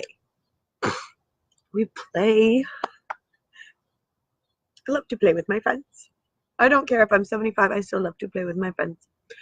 And I write that in to the definition of the community. We are pagan based because we invite all of ourselves to it. We do meet outside if at all possible. We do include alcohol, at least on a ritual level, and also in a sit back and relax and enjoy ourselves kind of way. Generally, nobody gets drunk. Doesn't mean there's not drinking, but you know that we don't do that. Ooh, Aisling is a bunch of ribbon. For rituals and stuff, we do use ribbon on occasion. We do. We do crafts and things. We need to do some more. And so the sky's really pretty over there. I almost want to turn this around and try and show you, but the sunsets never show up right on camera. Really pretty sunset right now, right here. It's just wisps of pink cotton candy across the beautiful blue sky. Oh yeah, Aisling, no worries. Just popped in your head. Yeah, we'll use that. Don't worry. At some point. So I start this pagan-based church where we get together as a group, we share our innerness, we learn from each other, we celebrate together, we talk about our crazy inner adventures and dreams. We talk about our sane jobs. We talk about the dust under our dressers, like I was saying at the beginning. Sheena, I love Aisling's name too so much, so much. I'd love to know where you got it, Aisling, wherever it might have been inspired from, because it's lovely. So at ritual, at meetings, at holidays, whatever the right word is for this, we do all of these lovely, relaxed things. And if you want to stay in the kitchen the whole time, you can. Because it's not up to me how you observe. Heck, for years, the way I observed the cross-quarter days, solstices, equinoxes, that was the night I finally, yes, Sheena, as far as I know, everybody can see what you're typing. I just also read it aloud because it's communication. But for a long time, the way that I observed all of the holidays of the year was that was when I finally slept enough and rested once every month and a half. And then when I started hosting, oh, Jennifer's back, yay!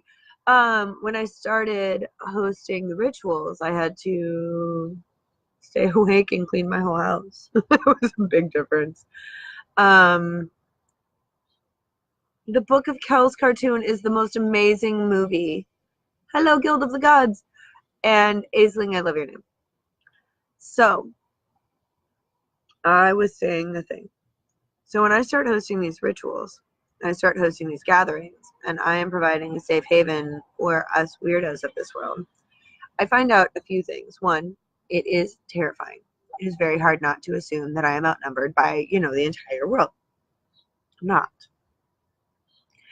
Remember I was saying embrace this and allow anything to be possible? That's what I really had to do when I went through my priestess initiation. I had to allow myself to just be visible, be myself, and let that be something that everyone takes or leaves. Our attendance didn't double, but we got half again the number of people for the most part throughout the year. People who, even if they didn't come to every event, they kept coming around, they stayed in touch. We had, and I actually had to sit out of most of a ritual because I was just a mess right before Beltane. And the guild kept on. I was able to confront a lot of my realities as a human being. And I feel like if I could package that up and share it with all of you, I would. But being willing and able to face that, being willing to be the llama in the neighborhood. My neighbors don't hate me. My job is to go out and smile and be a good neighbor when I'm worried that they might. That is hard. Okay, Sheena just asked a really good question, and I basically just wrapped up that last topic, so abruptly. I'm going to change gears. Sheena, I go live because for a long time I had been doing study sessions out of my house, and I was working with one or maybe two students at a time. Generally not more than that. Occasionally I would have a larger group or a class. But I'm used to working with people. I see you, see me.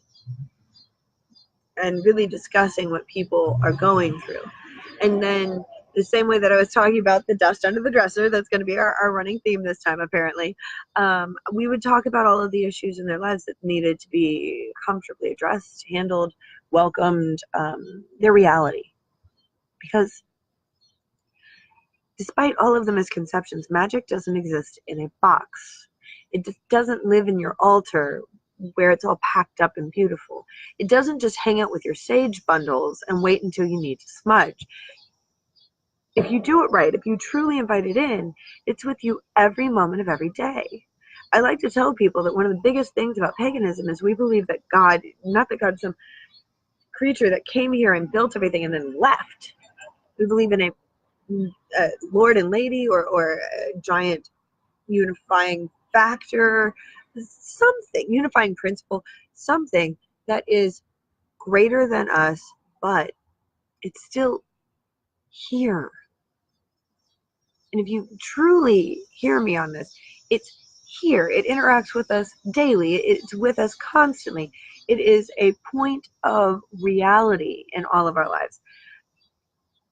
So if you're willing and able to just embrace that in whatever terms it might present itself in your life, then you can allow yourself to kind of fall into the lap of the world around you. You can walk in rhythm is how I refer to it. You just end up being right on time for the latest turn of the tune. You know not what song's coming on next, but what rhythm it uses. When you go to the store, you run into your friends. You finish checking out right as your kids are really starving. You lose your key, but it turns out for good reason. I lost my key for almost a month, and it was in a bag of parsley in my fridge. Lost it at the grocery store. In the bag, the parsley. I had no idea where it had gone. None. It's really amazing. And a lot of us really do struggle with that. So I was working on all of these different study sessions that help people deal with the struggles of day-to-day life, that help people deal with the realities of day-to-day life and find a way to put their practice, their emotional, spiritual, mental, physical practice into everyday life. With my study sessions that I've been writing, I'm going to try not to get totally off topic before answering you.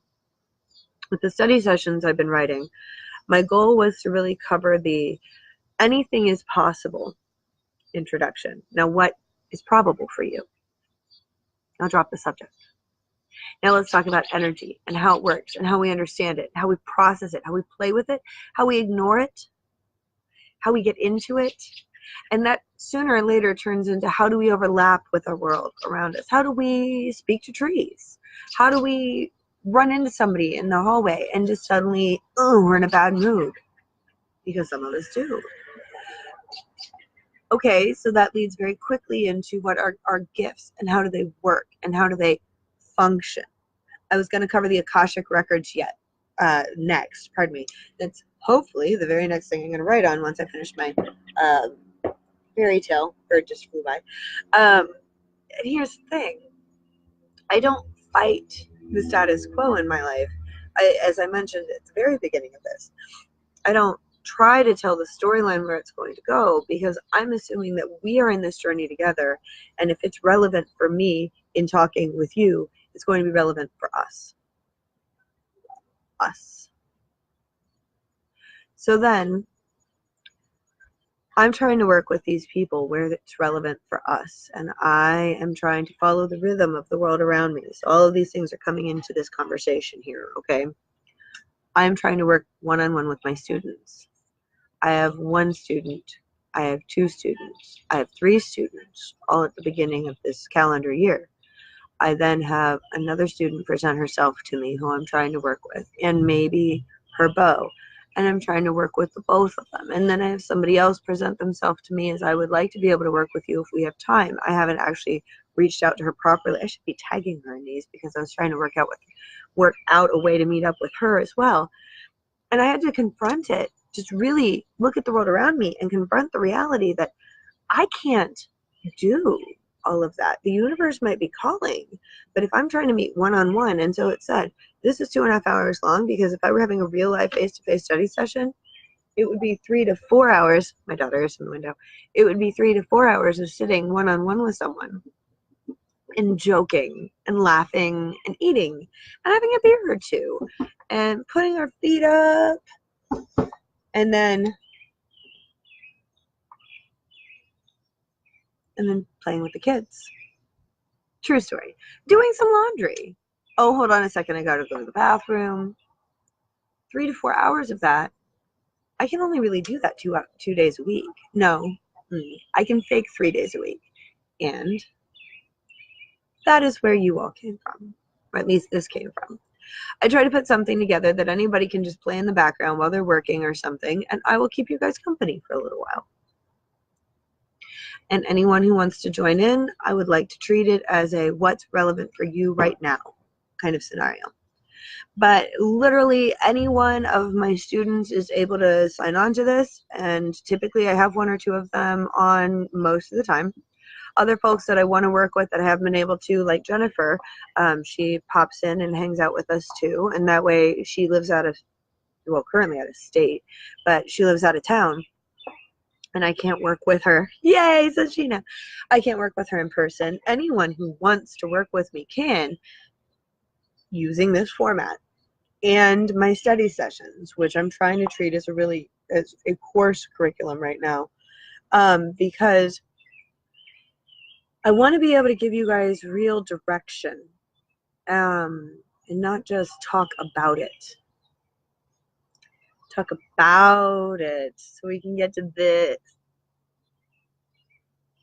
So I'm trying to get a better subject matter organization so that I can lead you guys a little more purely to that center point for each of you. And let me be a little more clear on that.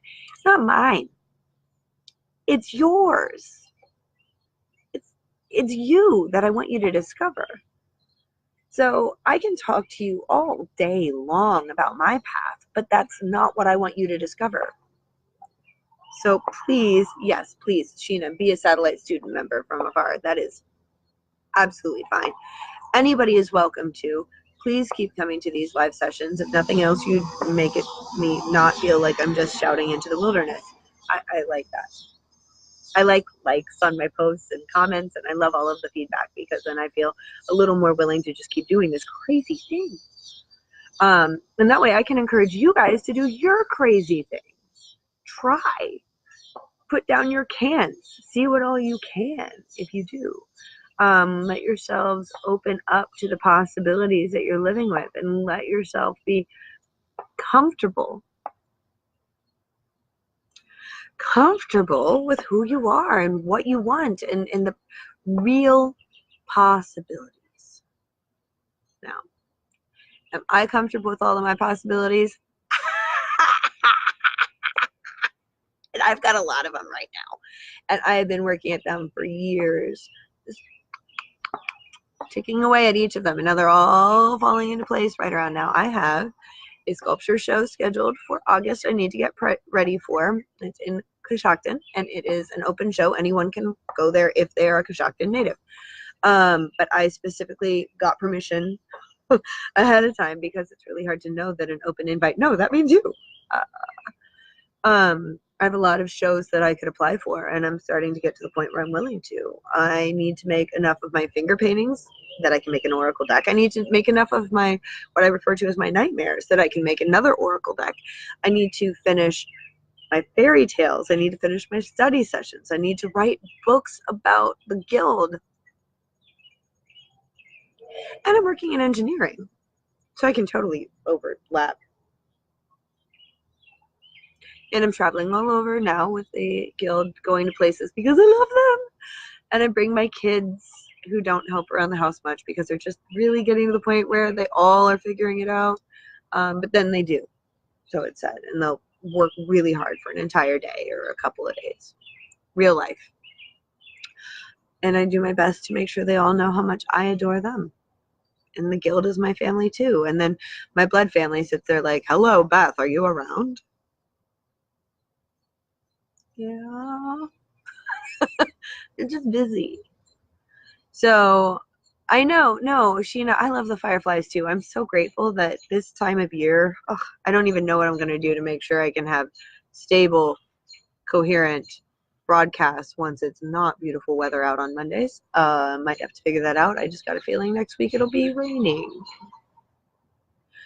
But we'll all think happy weather thoughts so I can keep meeting out here. Inside my house, I have three kids, 2 dogs, temporarily 4 cats. If anyone needs a kitten, we have a pregnant cat who will need to have kittens rehomed. I lead with my heart. I'm really pleased to say I have a very full, wonderful life, but it's a very full, wonderful life. And I want to encourage all of you guys to try and seek that same reality.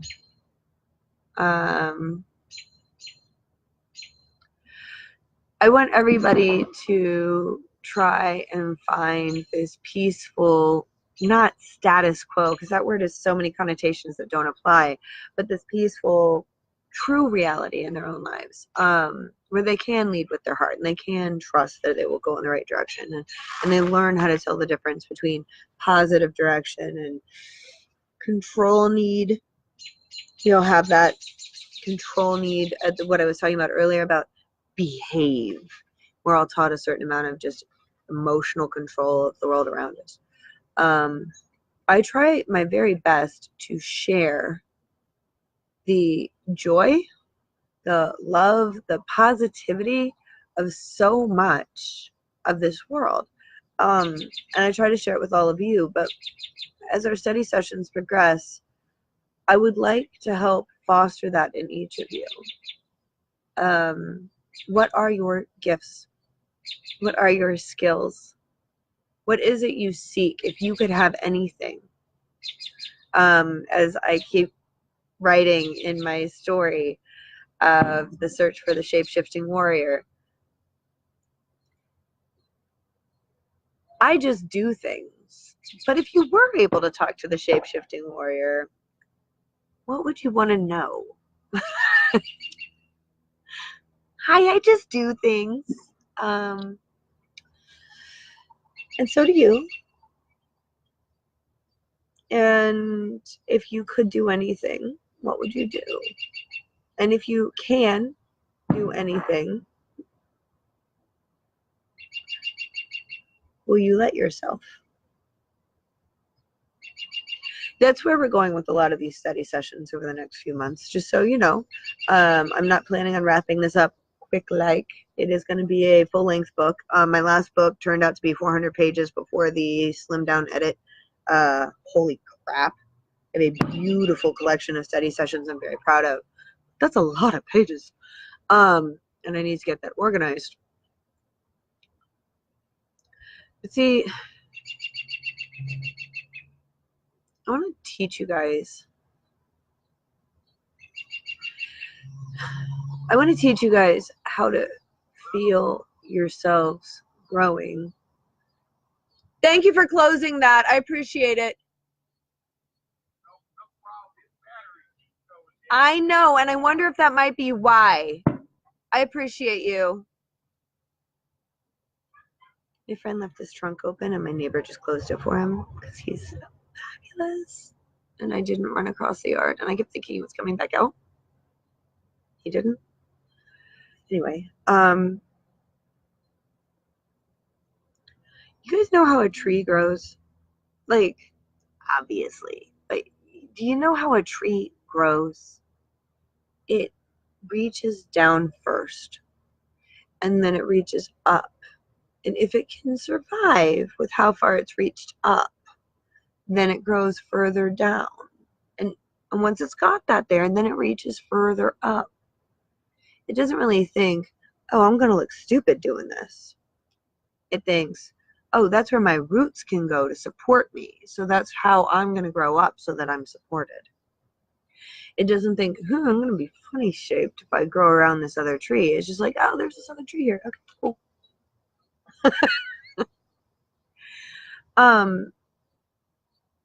I want to help you guys grow like trees.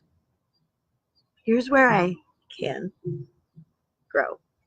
Here's where I want to grow. And here's how I can best grow strong in my nature, in my way, in my reality. Can you is a phrase that's based off of a handful of things. Are you willing? Take this one personally. Think about it. Are you willing to do whatever is necessary, to be whatever you happen to turn into, to follow the lead of reality instead of trying to force reality into this lovely shape for you? Are you willing to look at the world around you and really open up your heart to what confronts you? And you know how hard that can be?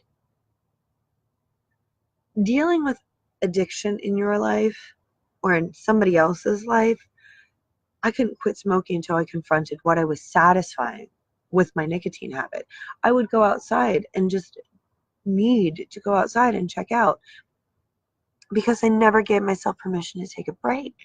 I said earlier, every month and a half, I would finally sleep enough. I would finally take time off, unless I was out for a cigarette. So if I didn't even give myself time for a break except when I was smoking, how was I possibly taking care of myself correctly? And here's a question. How are we all? We're all taught that there's never a good time to clock out. There's never a good time to be done. You're home. Go clean. Go make dinner. Watch your TV show so that you know what's going on. Complete the tasks. Go outside. Leave. Plan nothing.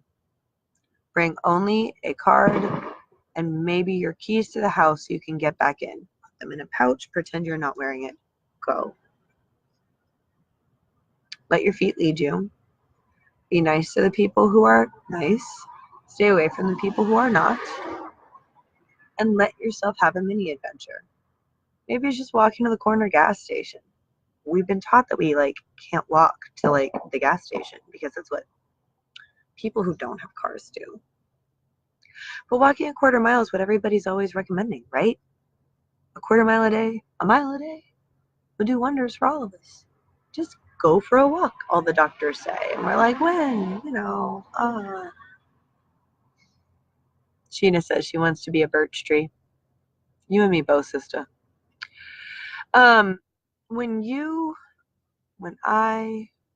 we reach out into the world, we start creating little ripples.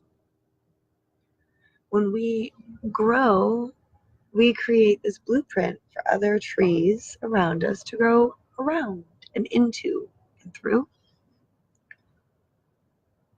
We act like we have to ask permission first. I don't know, what if I got in the way of something? And it just occurred to me the other day, I have this lovely Fight It Out garden here. Dark enough, I don't know if I can show it to you, even if I wanted to. My Fight It Out garden has a magnolia I very intentionally planted. It's beautiful, it's big, it's fantastic. And now I have a whole bunch of other trees that have grown there because I have mint, oregano, daylilies, Asian something. Asian, well, that's annoying. I apologize. A special kind of beautiful flower that has double lips and it's pretty. If you guys know what the plant is, it's shaped like this and this, it's that one. And it's the Asian variety, that's little small, oriental, there's the word. It's oriental somethings.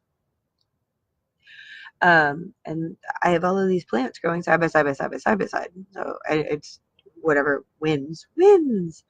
I have so many trees trying to grow out there. I keep trying to cut them down, feeling bad about all these trees I have growing out there. What if I just had a grove of trees out there? What if I just let them? Can I just let them? Remember what I was saying before about how weird it would be if I saw a llama walking through the neighborhood, but what if I'm the llama? There's times like this where I just sit here and I'm like, you know what? We can be exceptional. We can do it by accident.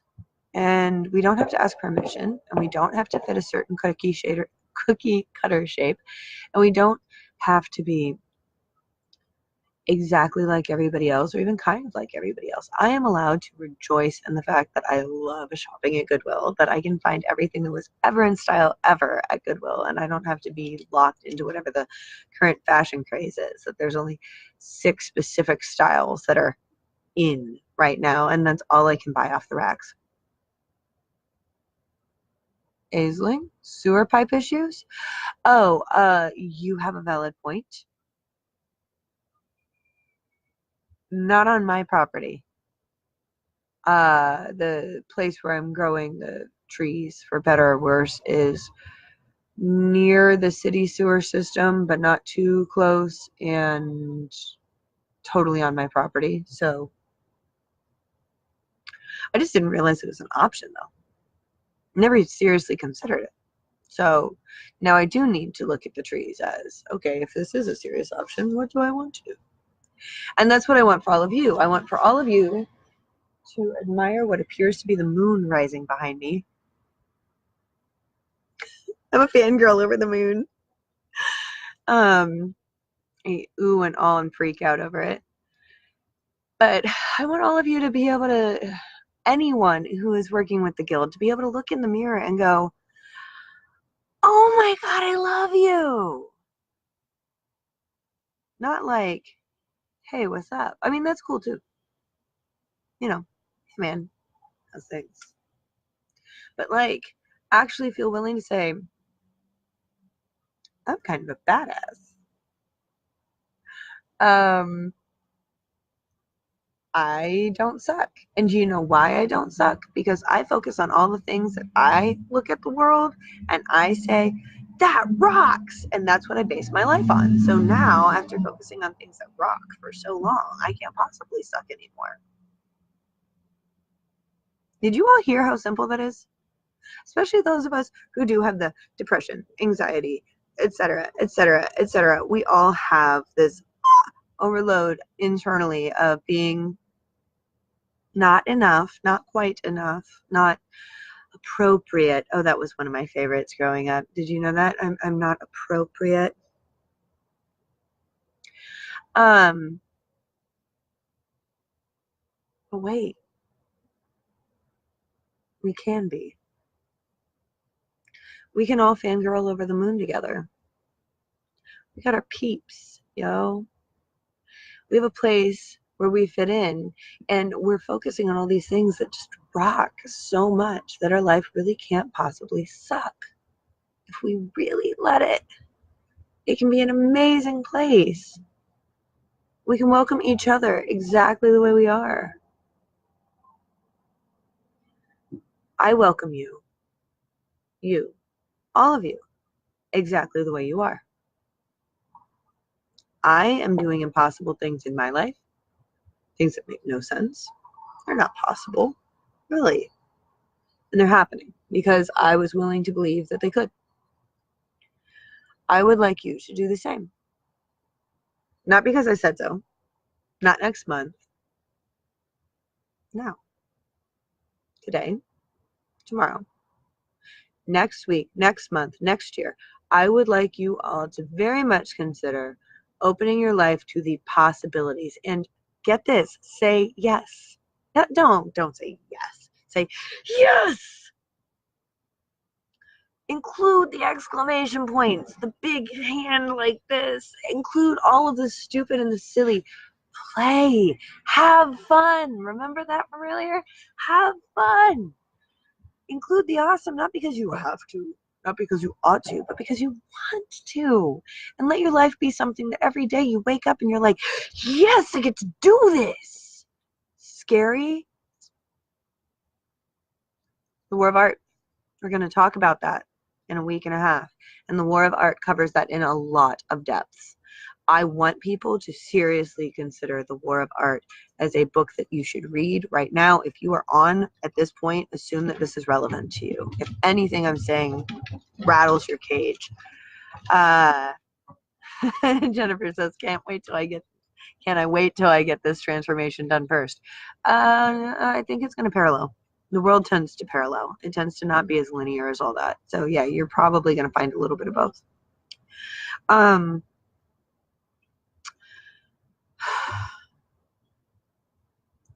The next book that we are reviewing is The War of Art. So that's reminding me that the next book I need to assign. And I thought of something very helpful yesterday, and so now of course I've forgotten. Shaving inside the happy yoga. Oh, happy yoga. Can we talk about happy yoga next? Yes, we should talk about The War of Art, and then we should read Happy Yoga. I will go ahead and post links to both books on the Guild, so you guys know where to go. Total timeout apologies. I've been waiting for you to come out. You left your trunk open. What? No. You did for hours, and I kept waiting for you to come out, so I didn't go inside. Rick came over from next door again, and he's like, his battery's been dying. I'm like, yeah, it's just thank you. Yes, please close it. He was over by your car, and he just closed it for you. Oh, I probably hit the button by accident. And so it sat open with the lights on. Wait, my lights were on? Oh, yeah, the lights. Let me go try starting my Go car. try starting your car. Yeah, Let's see if you need a jump, because we got you if you do. I got jumper cables. I'm not worried about it. Okay. I'll stay in the middle of the road and wait for it. Hopefully I won't get it. We do need to read some fiction soon. We do. I don't know if we need to read it yet. Let me talk through each of the books that I'm considering. Okay.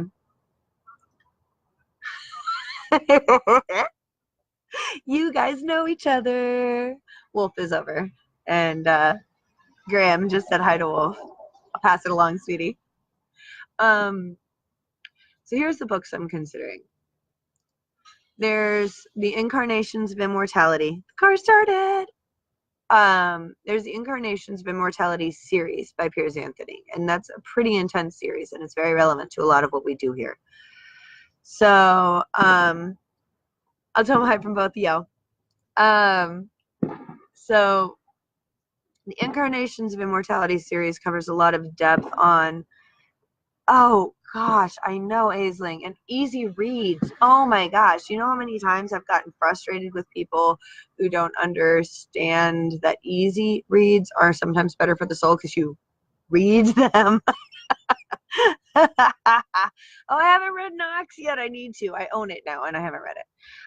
So all of these books in the Incarnations of Immortality series focus on paradigms of reality that are embodied by human beings who choose to step into the role, and the person who had it moves on, but they leave behind their whole life to do it, so it's not done very often.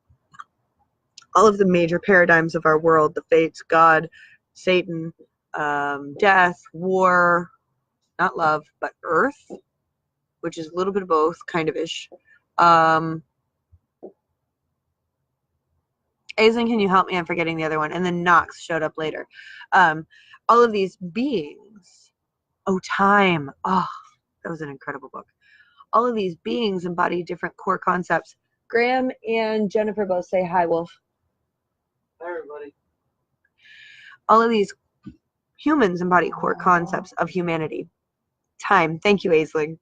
And these core concepts reflect in what they do and how they do it, and then they explain these ongoing notions of reality that humans work through. The series is by Piers Anthony. I consider it an absolute masterpiece. He's a fantastic writer anyway, but this was Total Recall, the movie that came out with Arnold Schwarzenegger, was originally written by him.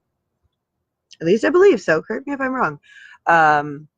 Kill Obite was a great book by him, but this embodied a level of truth that's just, ugh.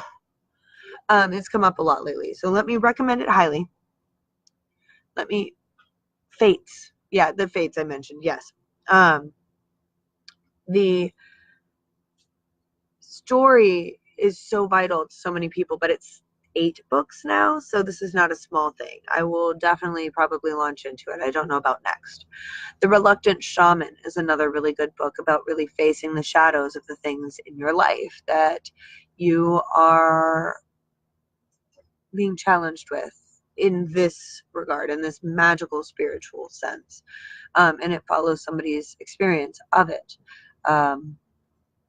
Not sure how much of it is memoir and how much of it is fiction. And, sometimes the good books you're not sure. So keep that in the back of your mind. And then Happy Yoga really explains a lot of the to-dos of life. So all of these books I think we're going to cover in the very near future. I would love to get your input on what you all think would be better. Sheena, you are amazing too. Thank you so much for coming out to play, and I will get you more information about all of the things as soon as I can. I've got all of the study sessions coming out. Oh, I had my first book discussion. Thank you for the couple of people who made it. It was in writing. It wasn't a live session. and we ended up not having a lot of feedback this time. I'm not sure if the format wasn't the best. I tried really hard to direct conversation by discussing the different chapters. I think next time I'm really going to roll with it a little bit more instead of giving an outline. But maybe the outline worked. Give me feedback, please. I will try and spread the word on that one as a question at some point in the near future. So I need to figure out whether we want to do Happy Yoga, which explains how to move, how to eat, how to breathe, how to intuit and feel and spiritualize your way through life in a way that helps you authenticate yourself. And it uses the core components that are yoga. But it doesn't force you to become a yogi. It just says, this all makes sense, kind of like I do. I'm not saying anything special. I'm just stating the obvious. It's very much the same kind of approach, but it covers all these different levels. So I think I'm going to pick and choose between those books in the near future. I just don't know which. Because, I mean, seriously, I don't know which. If anybody has any votes, let me know. I'll try and put this in writing and let people have input.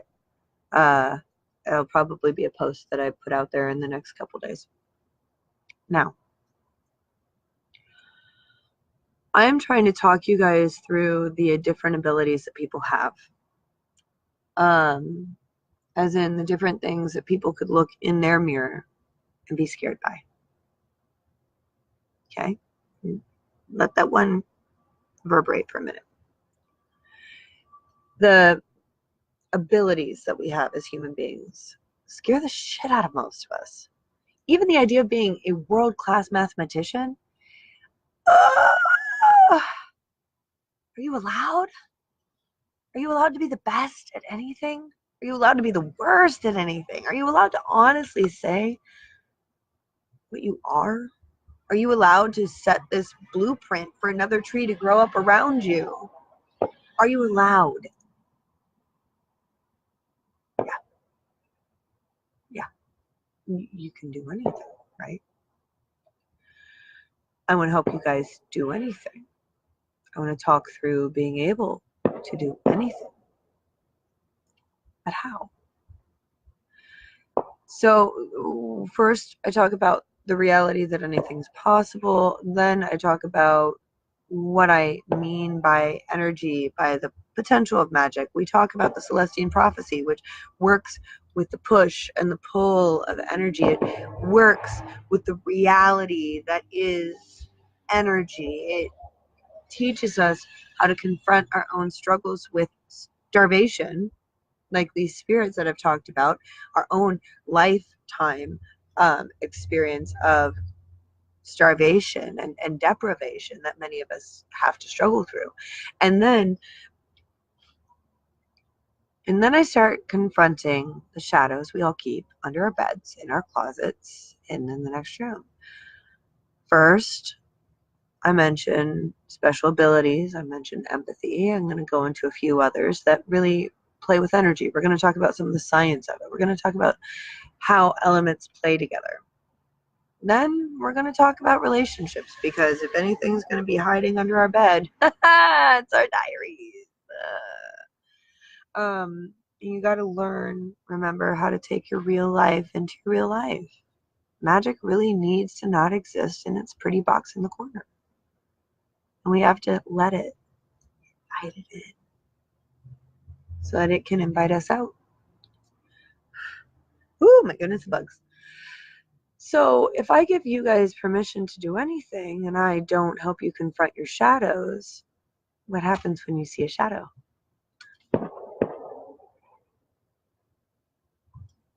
Did you jump? I bet you jumped. We all jump. We all jump. So then I sit you down and I'm like, hey, so I got one too. It's ugly like yours is, but no uglier than yours is, and yours is no uglier than mine is. And so if you're looking at me and you're like, oh wow, she looks fine, then probably, you look fine too.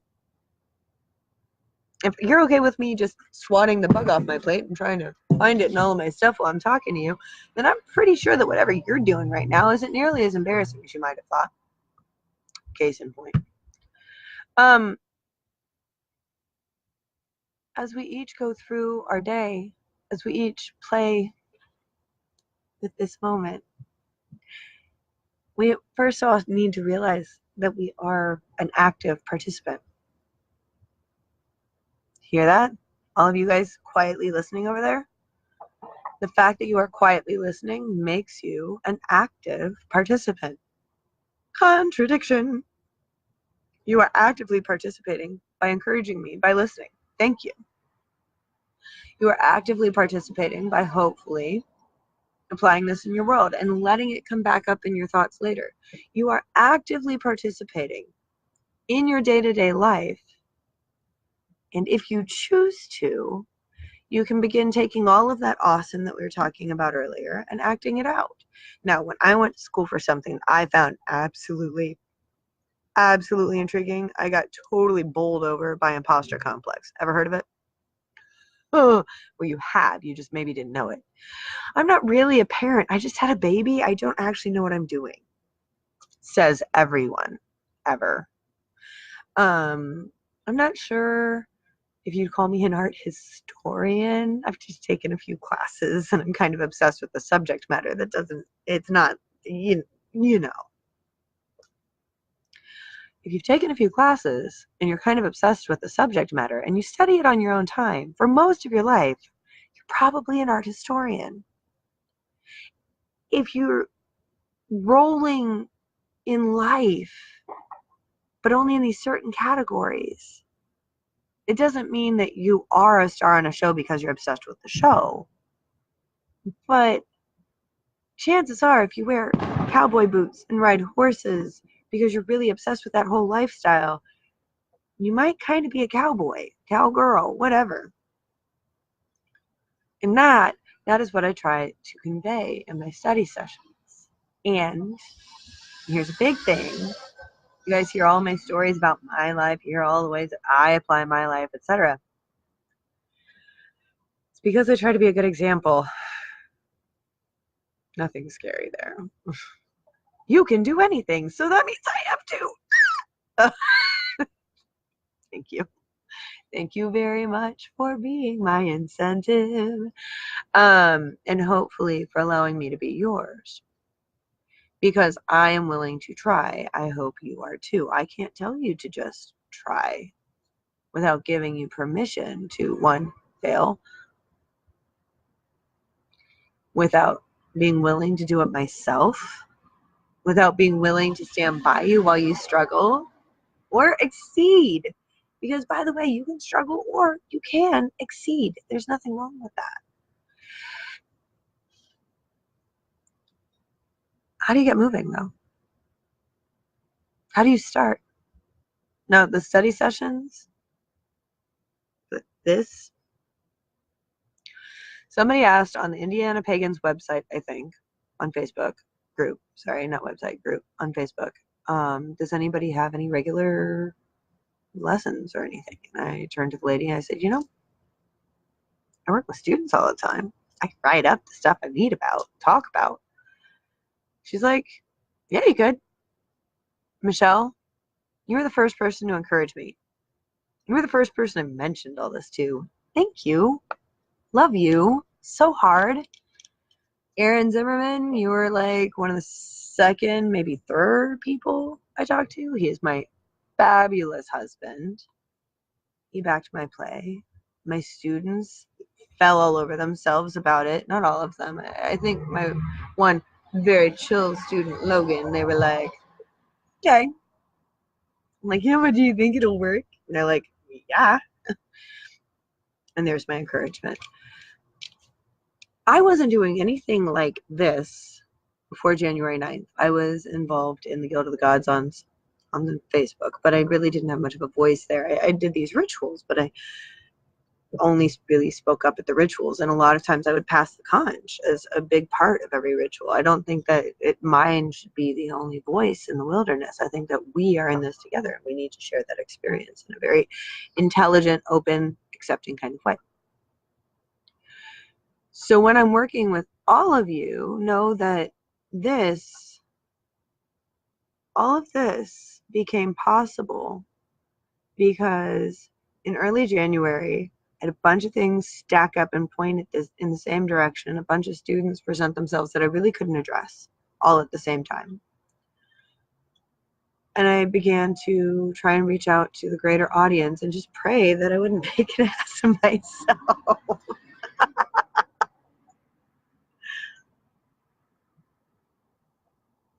As I encourage you guys to do the same, I'm sure it's much the same.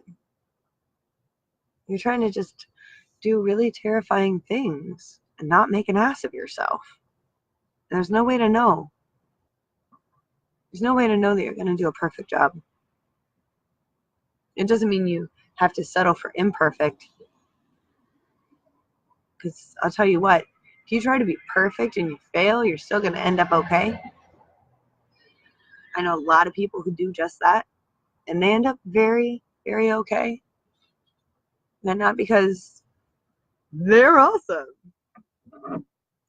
Their laundry doesn't always get done. Their dishes don't always get finished. Their meals, if they cook every day, might be simple sometimes. Yeah, and we would like to not get hurt too bad. But sometimes the biggest lessons that we have to learn, they don't feel good. You can.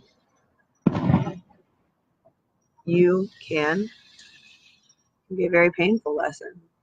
I had issues with my parents, some of my other loved ones, just from verbalizing my story. It's not resolved. It's not. But the benefits I'm getting vastly outweigh the discomfort. The pursuit of my true path allowed other people to be confronted by the reality of it. And those who could see the full truth of my being and appreciate it proved themselves to be wonderful additions to my greater story. Those who saw the path that I am on and struggled to be comfortable with it, struggled to embrace it, those people subtracted from my path and made it very hard for me. And I will never truly hold it against them. But I'm also not going to give them front row seats every day. Now, there are some wonderful people that I adore. I have two of the best sisters-in-law in the entire world, and I don't keep up with them nearly enough. They're very busy people, and so am I, and that makes it hard. But the act of realizing also that a lot of the relationships I have now are based off of how much time and attention I was willing to give when I was used to being hurt. If I'm only giving them 12 minutes a month, and then I'm like, and you guys care? Like, are you sure? They're following my lead, not the other way around. And don't get me wrong, maybe, just maybe, there is something going on there. Maybe, just maybe, they don't want to talk to me. Maybe, just maybe. But realistically, if I'm only reaching out to them because I expect it to hurt, I expect to feel alienated, I expect to feel distant, if that's the thing that's holding me back as a person, then I am now contributing to the problem in the relationship. And it doesn't matter what they're doing or not. They are not getting a response from me that is helpful. They are not getting a relationship with me. So the act of trying to spare myself hurt ends up keeping me distant from everyone who does get along, except for me. That was a really painful lesson to learn. And I'm really just starting to get the hang of it, because I have no idea how to start the conversation with some of these people that I do want to love, respect, and get to know more than anything, get to know them. And again, we come back to when this is me sharing my journey with you. So much of this path has to be, don't hurt me. I'll let you, but be nice. If you do hurt me, I'm gonna kick you in the shins and go hide under my bed, and it'll be all your fault, but you won't know. because I'm never going to kick you in the shins because I don't want you to hurt too. It's a catch-22. It's not easy. But this life thing really isn't supposed to be easy. It's not. We learn nothing. We grow not at all unless we are challenged. And even when we are challenged, we have the ability to just curl up into a nice little cocoon and go, okay, bruise my outside, you just don't get my inside. Instead of facing the challenges of life and truly saying, okay, you know, that hurts. In my book, Birch, because I have a book, Birch, wow. I really explain how much hurt is like an infestation. If you let yourself just feel it and get it out of your system, then hurt will heal. If you look at the hurt in your life, though, and go, no, no, no, no, no, no, no, no, no, no, no, no, it's like you start walking with a limp because you're trying so hard not to touch it, not to lean on it, not to feel it. And the limp ends up causing another hurt, which causes another hurt. You end up with all of these issues. But if you just rub the damn knot out, it can heal. And if it heals, you get better. You have to confront it, which sucks terribly. You have to let yourself feel it, but not roll in it, not revel in it. You have to, and it will infect you. It will spread as much as you will let it, and it will spread to other people as well. And it is awful. It is not recommended. So what you can do is try and deal with it well and quickly instead of hiding, assuming it's not so big that it just destroys you. And there's no way to measure it. Literally none. So you just have to either trust your own judgment on it or trust someone else's. You have to reach out, find consolation, companionship, find community. Trust yourself to be strong enough and trust the challenges in your life to be something that you can handle. And then be willing to just be a badass because of everything that the world has confronted you with. Are you willing to? I couldn't truly learn anything until I was, and that was terrifying. Like, I don't even have words. It was terrifying. In fact, when I would go out to meet nature guardians for the first time, I would be asked to go out unadorned. I would take off all of my rings, all of my jewelry, anything that I used as a protection, as a cocoon of sorts. I had to take that off in order to walk up unadorned, with no protection, with no illusions, with no distractions. And when I ask you to hold on a minute, did you know that means you can just hold on a minute and not say the thing quite yet? Come here and snuggle me and let me finish my thought. So I would take off my masks. I would take off my illusions. This is my Juliet. She is my baby. I love her. She's full of amazing. Is this the third time you've introduced me?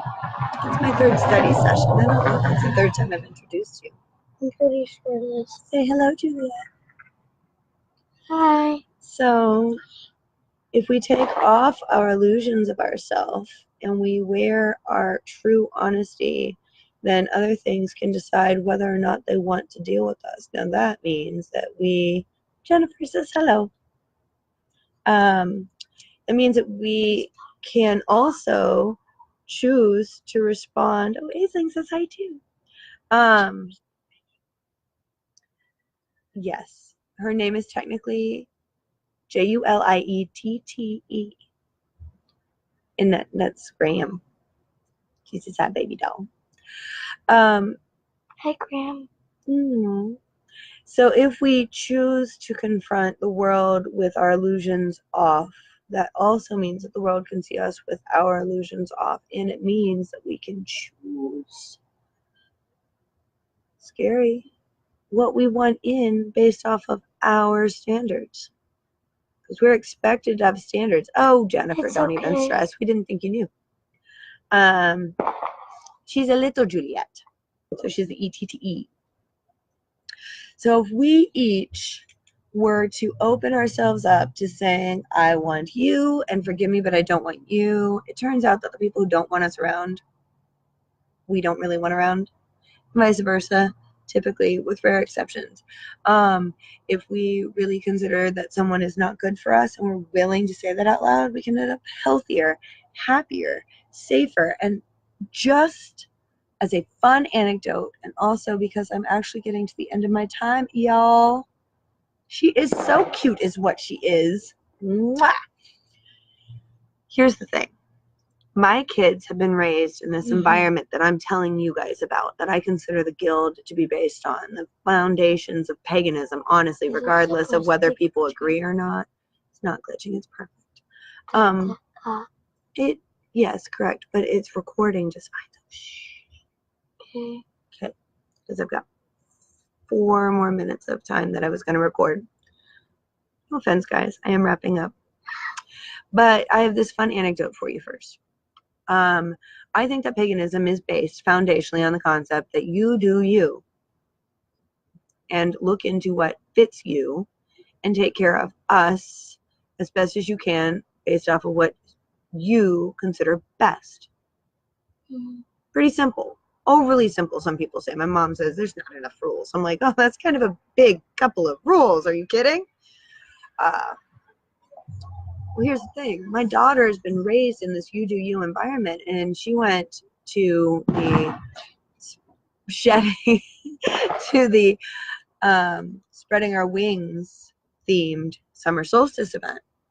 And she looked at everybody talking about their struggles and talking about what they've gone through and talking about shedding their skin and talking about rising above. And she looks at me and says, Mom, I want you to know that I don't need to participate in a lot of this because I don't have the bad training that I'm trying to outgrow. She said, I know that I'm beautiful. I know that I'm capable. I know that I'm allowed to. I know that I'm not perfect. I know that I need to improve. Cece said this. Okay. She said, I know I need to improve, and I'm willing to. And I know that the universe shows me what I need to learn, and I know I've got you that I can rely on to help me do that too. Juliet's got no general illusions about herself. I really wanted to. Asher is still 6, and so, we'll see. 6-year-olds, 6, 7, 8-year-olds? Oh no, man, I don't get it. But I don't think they get themselves either. So I try to just be sympathetic. So here's the thing. I have the most incredible babies because I practice what I preach. Yeah, it really was a mommy pride moment. She killed me. I stopped totally, and I looked at Cece. I said, oh my God, can I box that? She gave me permission. We just don't know how yet. So as my children act this out, I can reassure you all, you do you. Focus on being possible, welcome, plausible.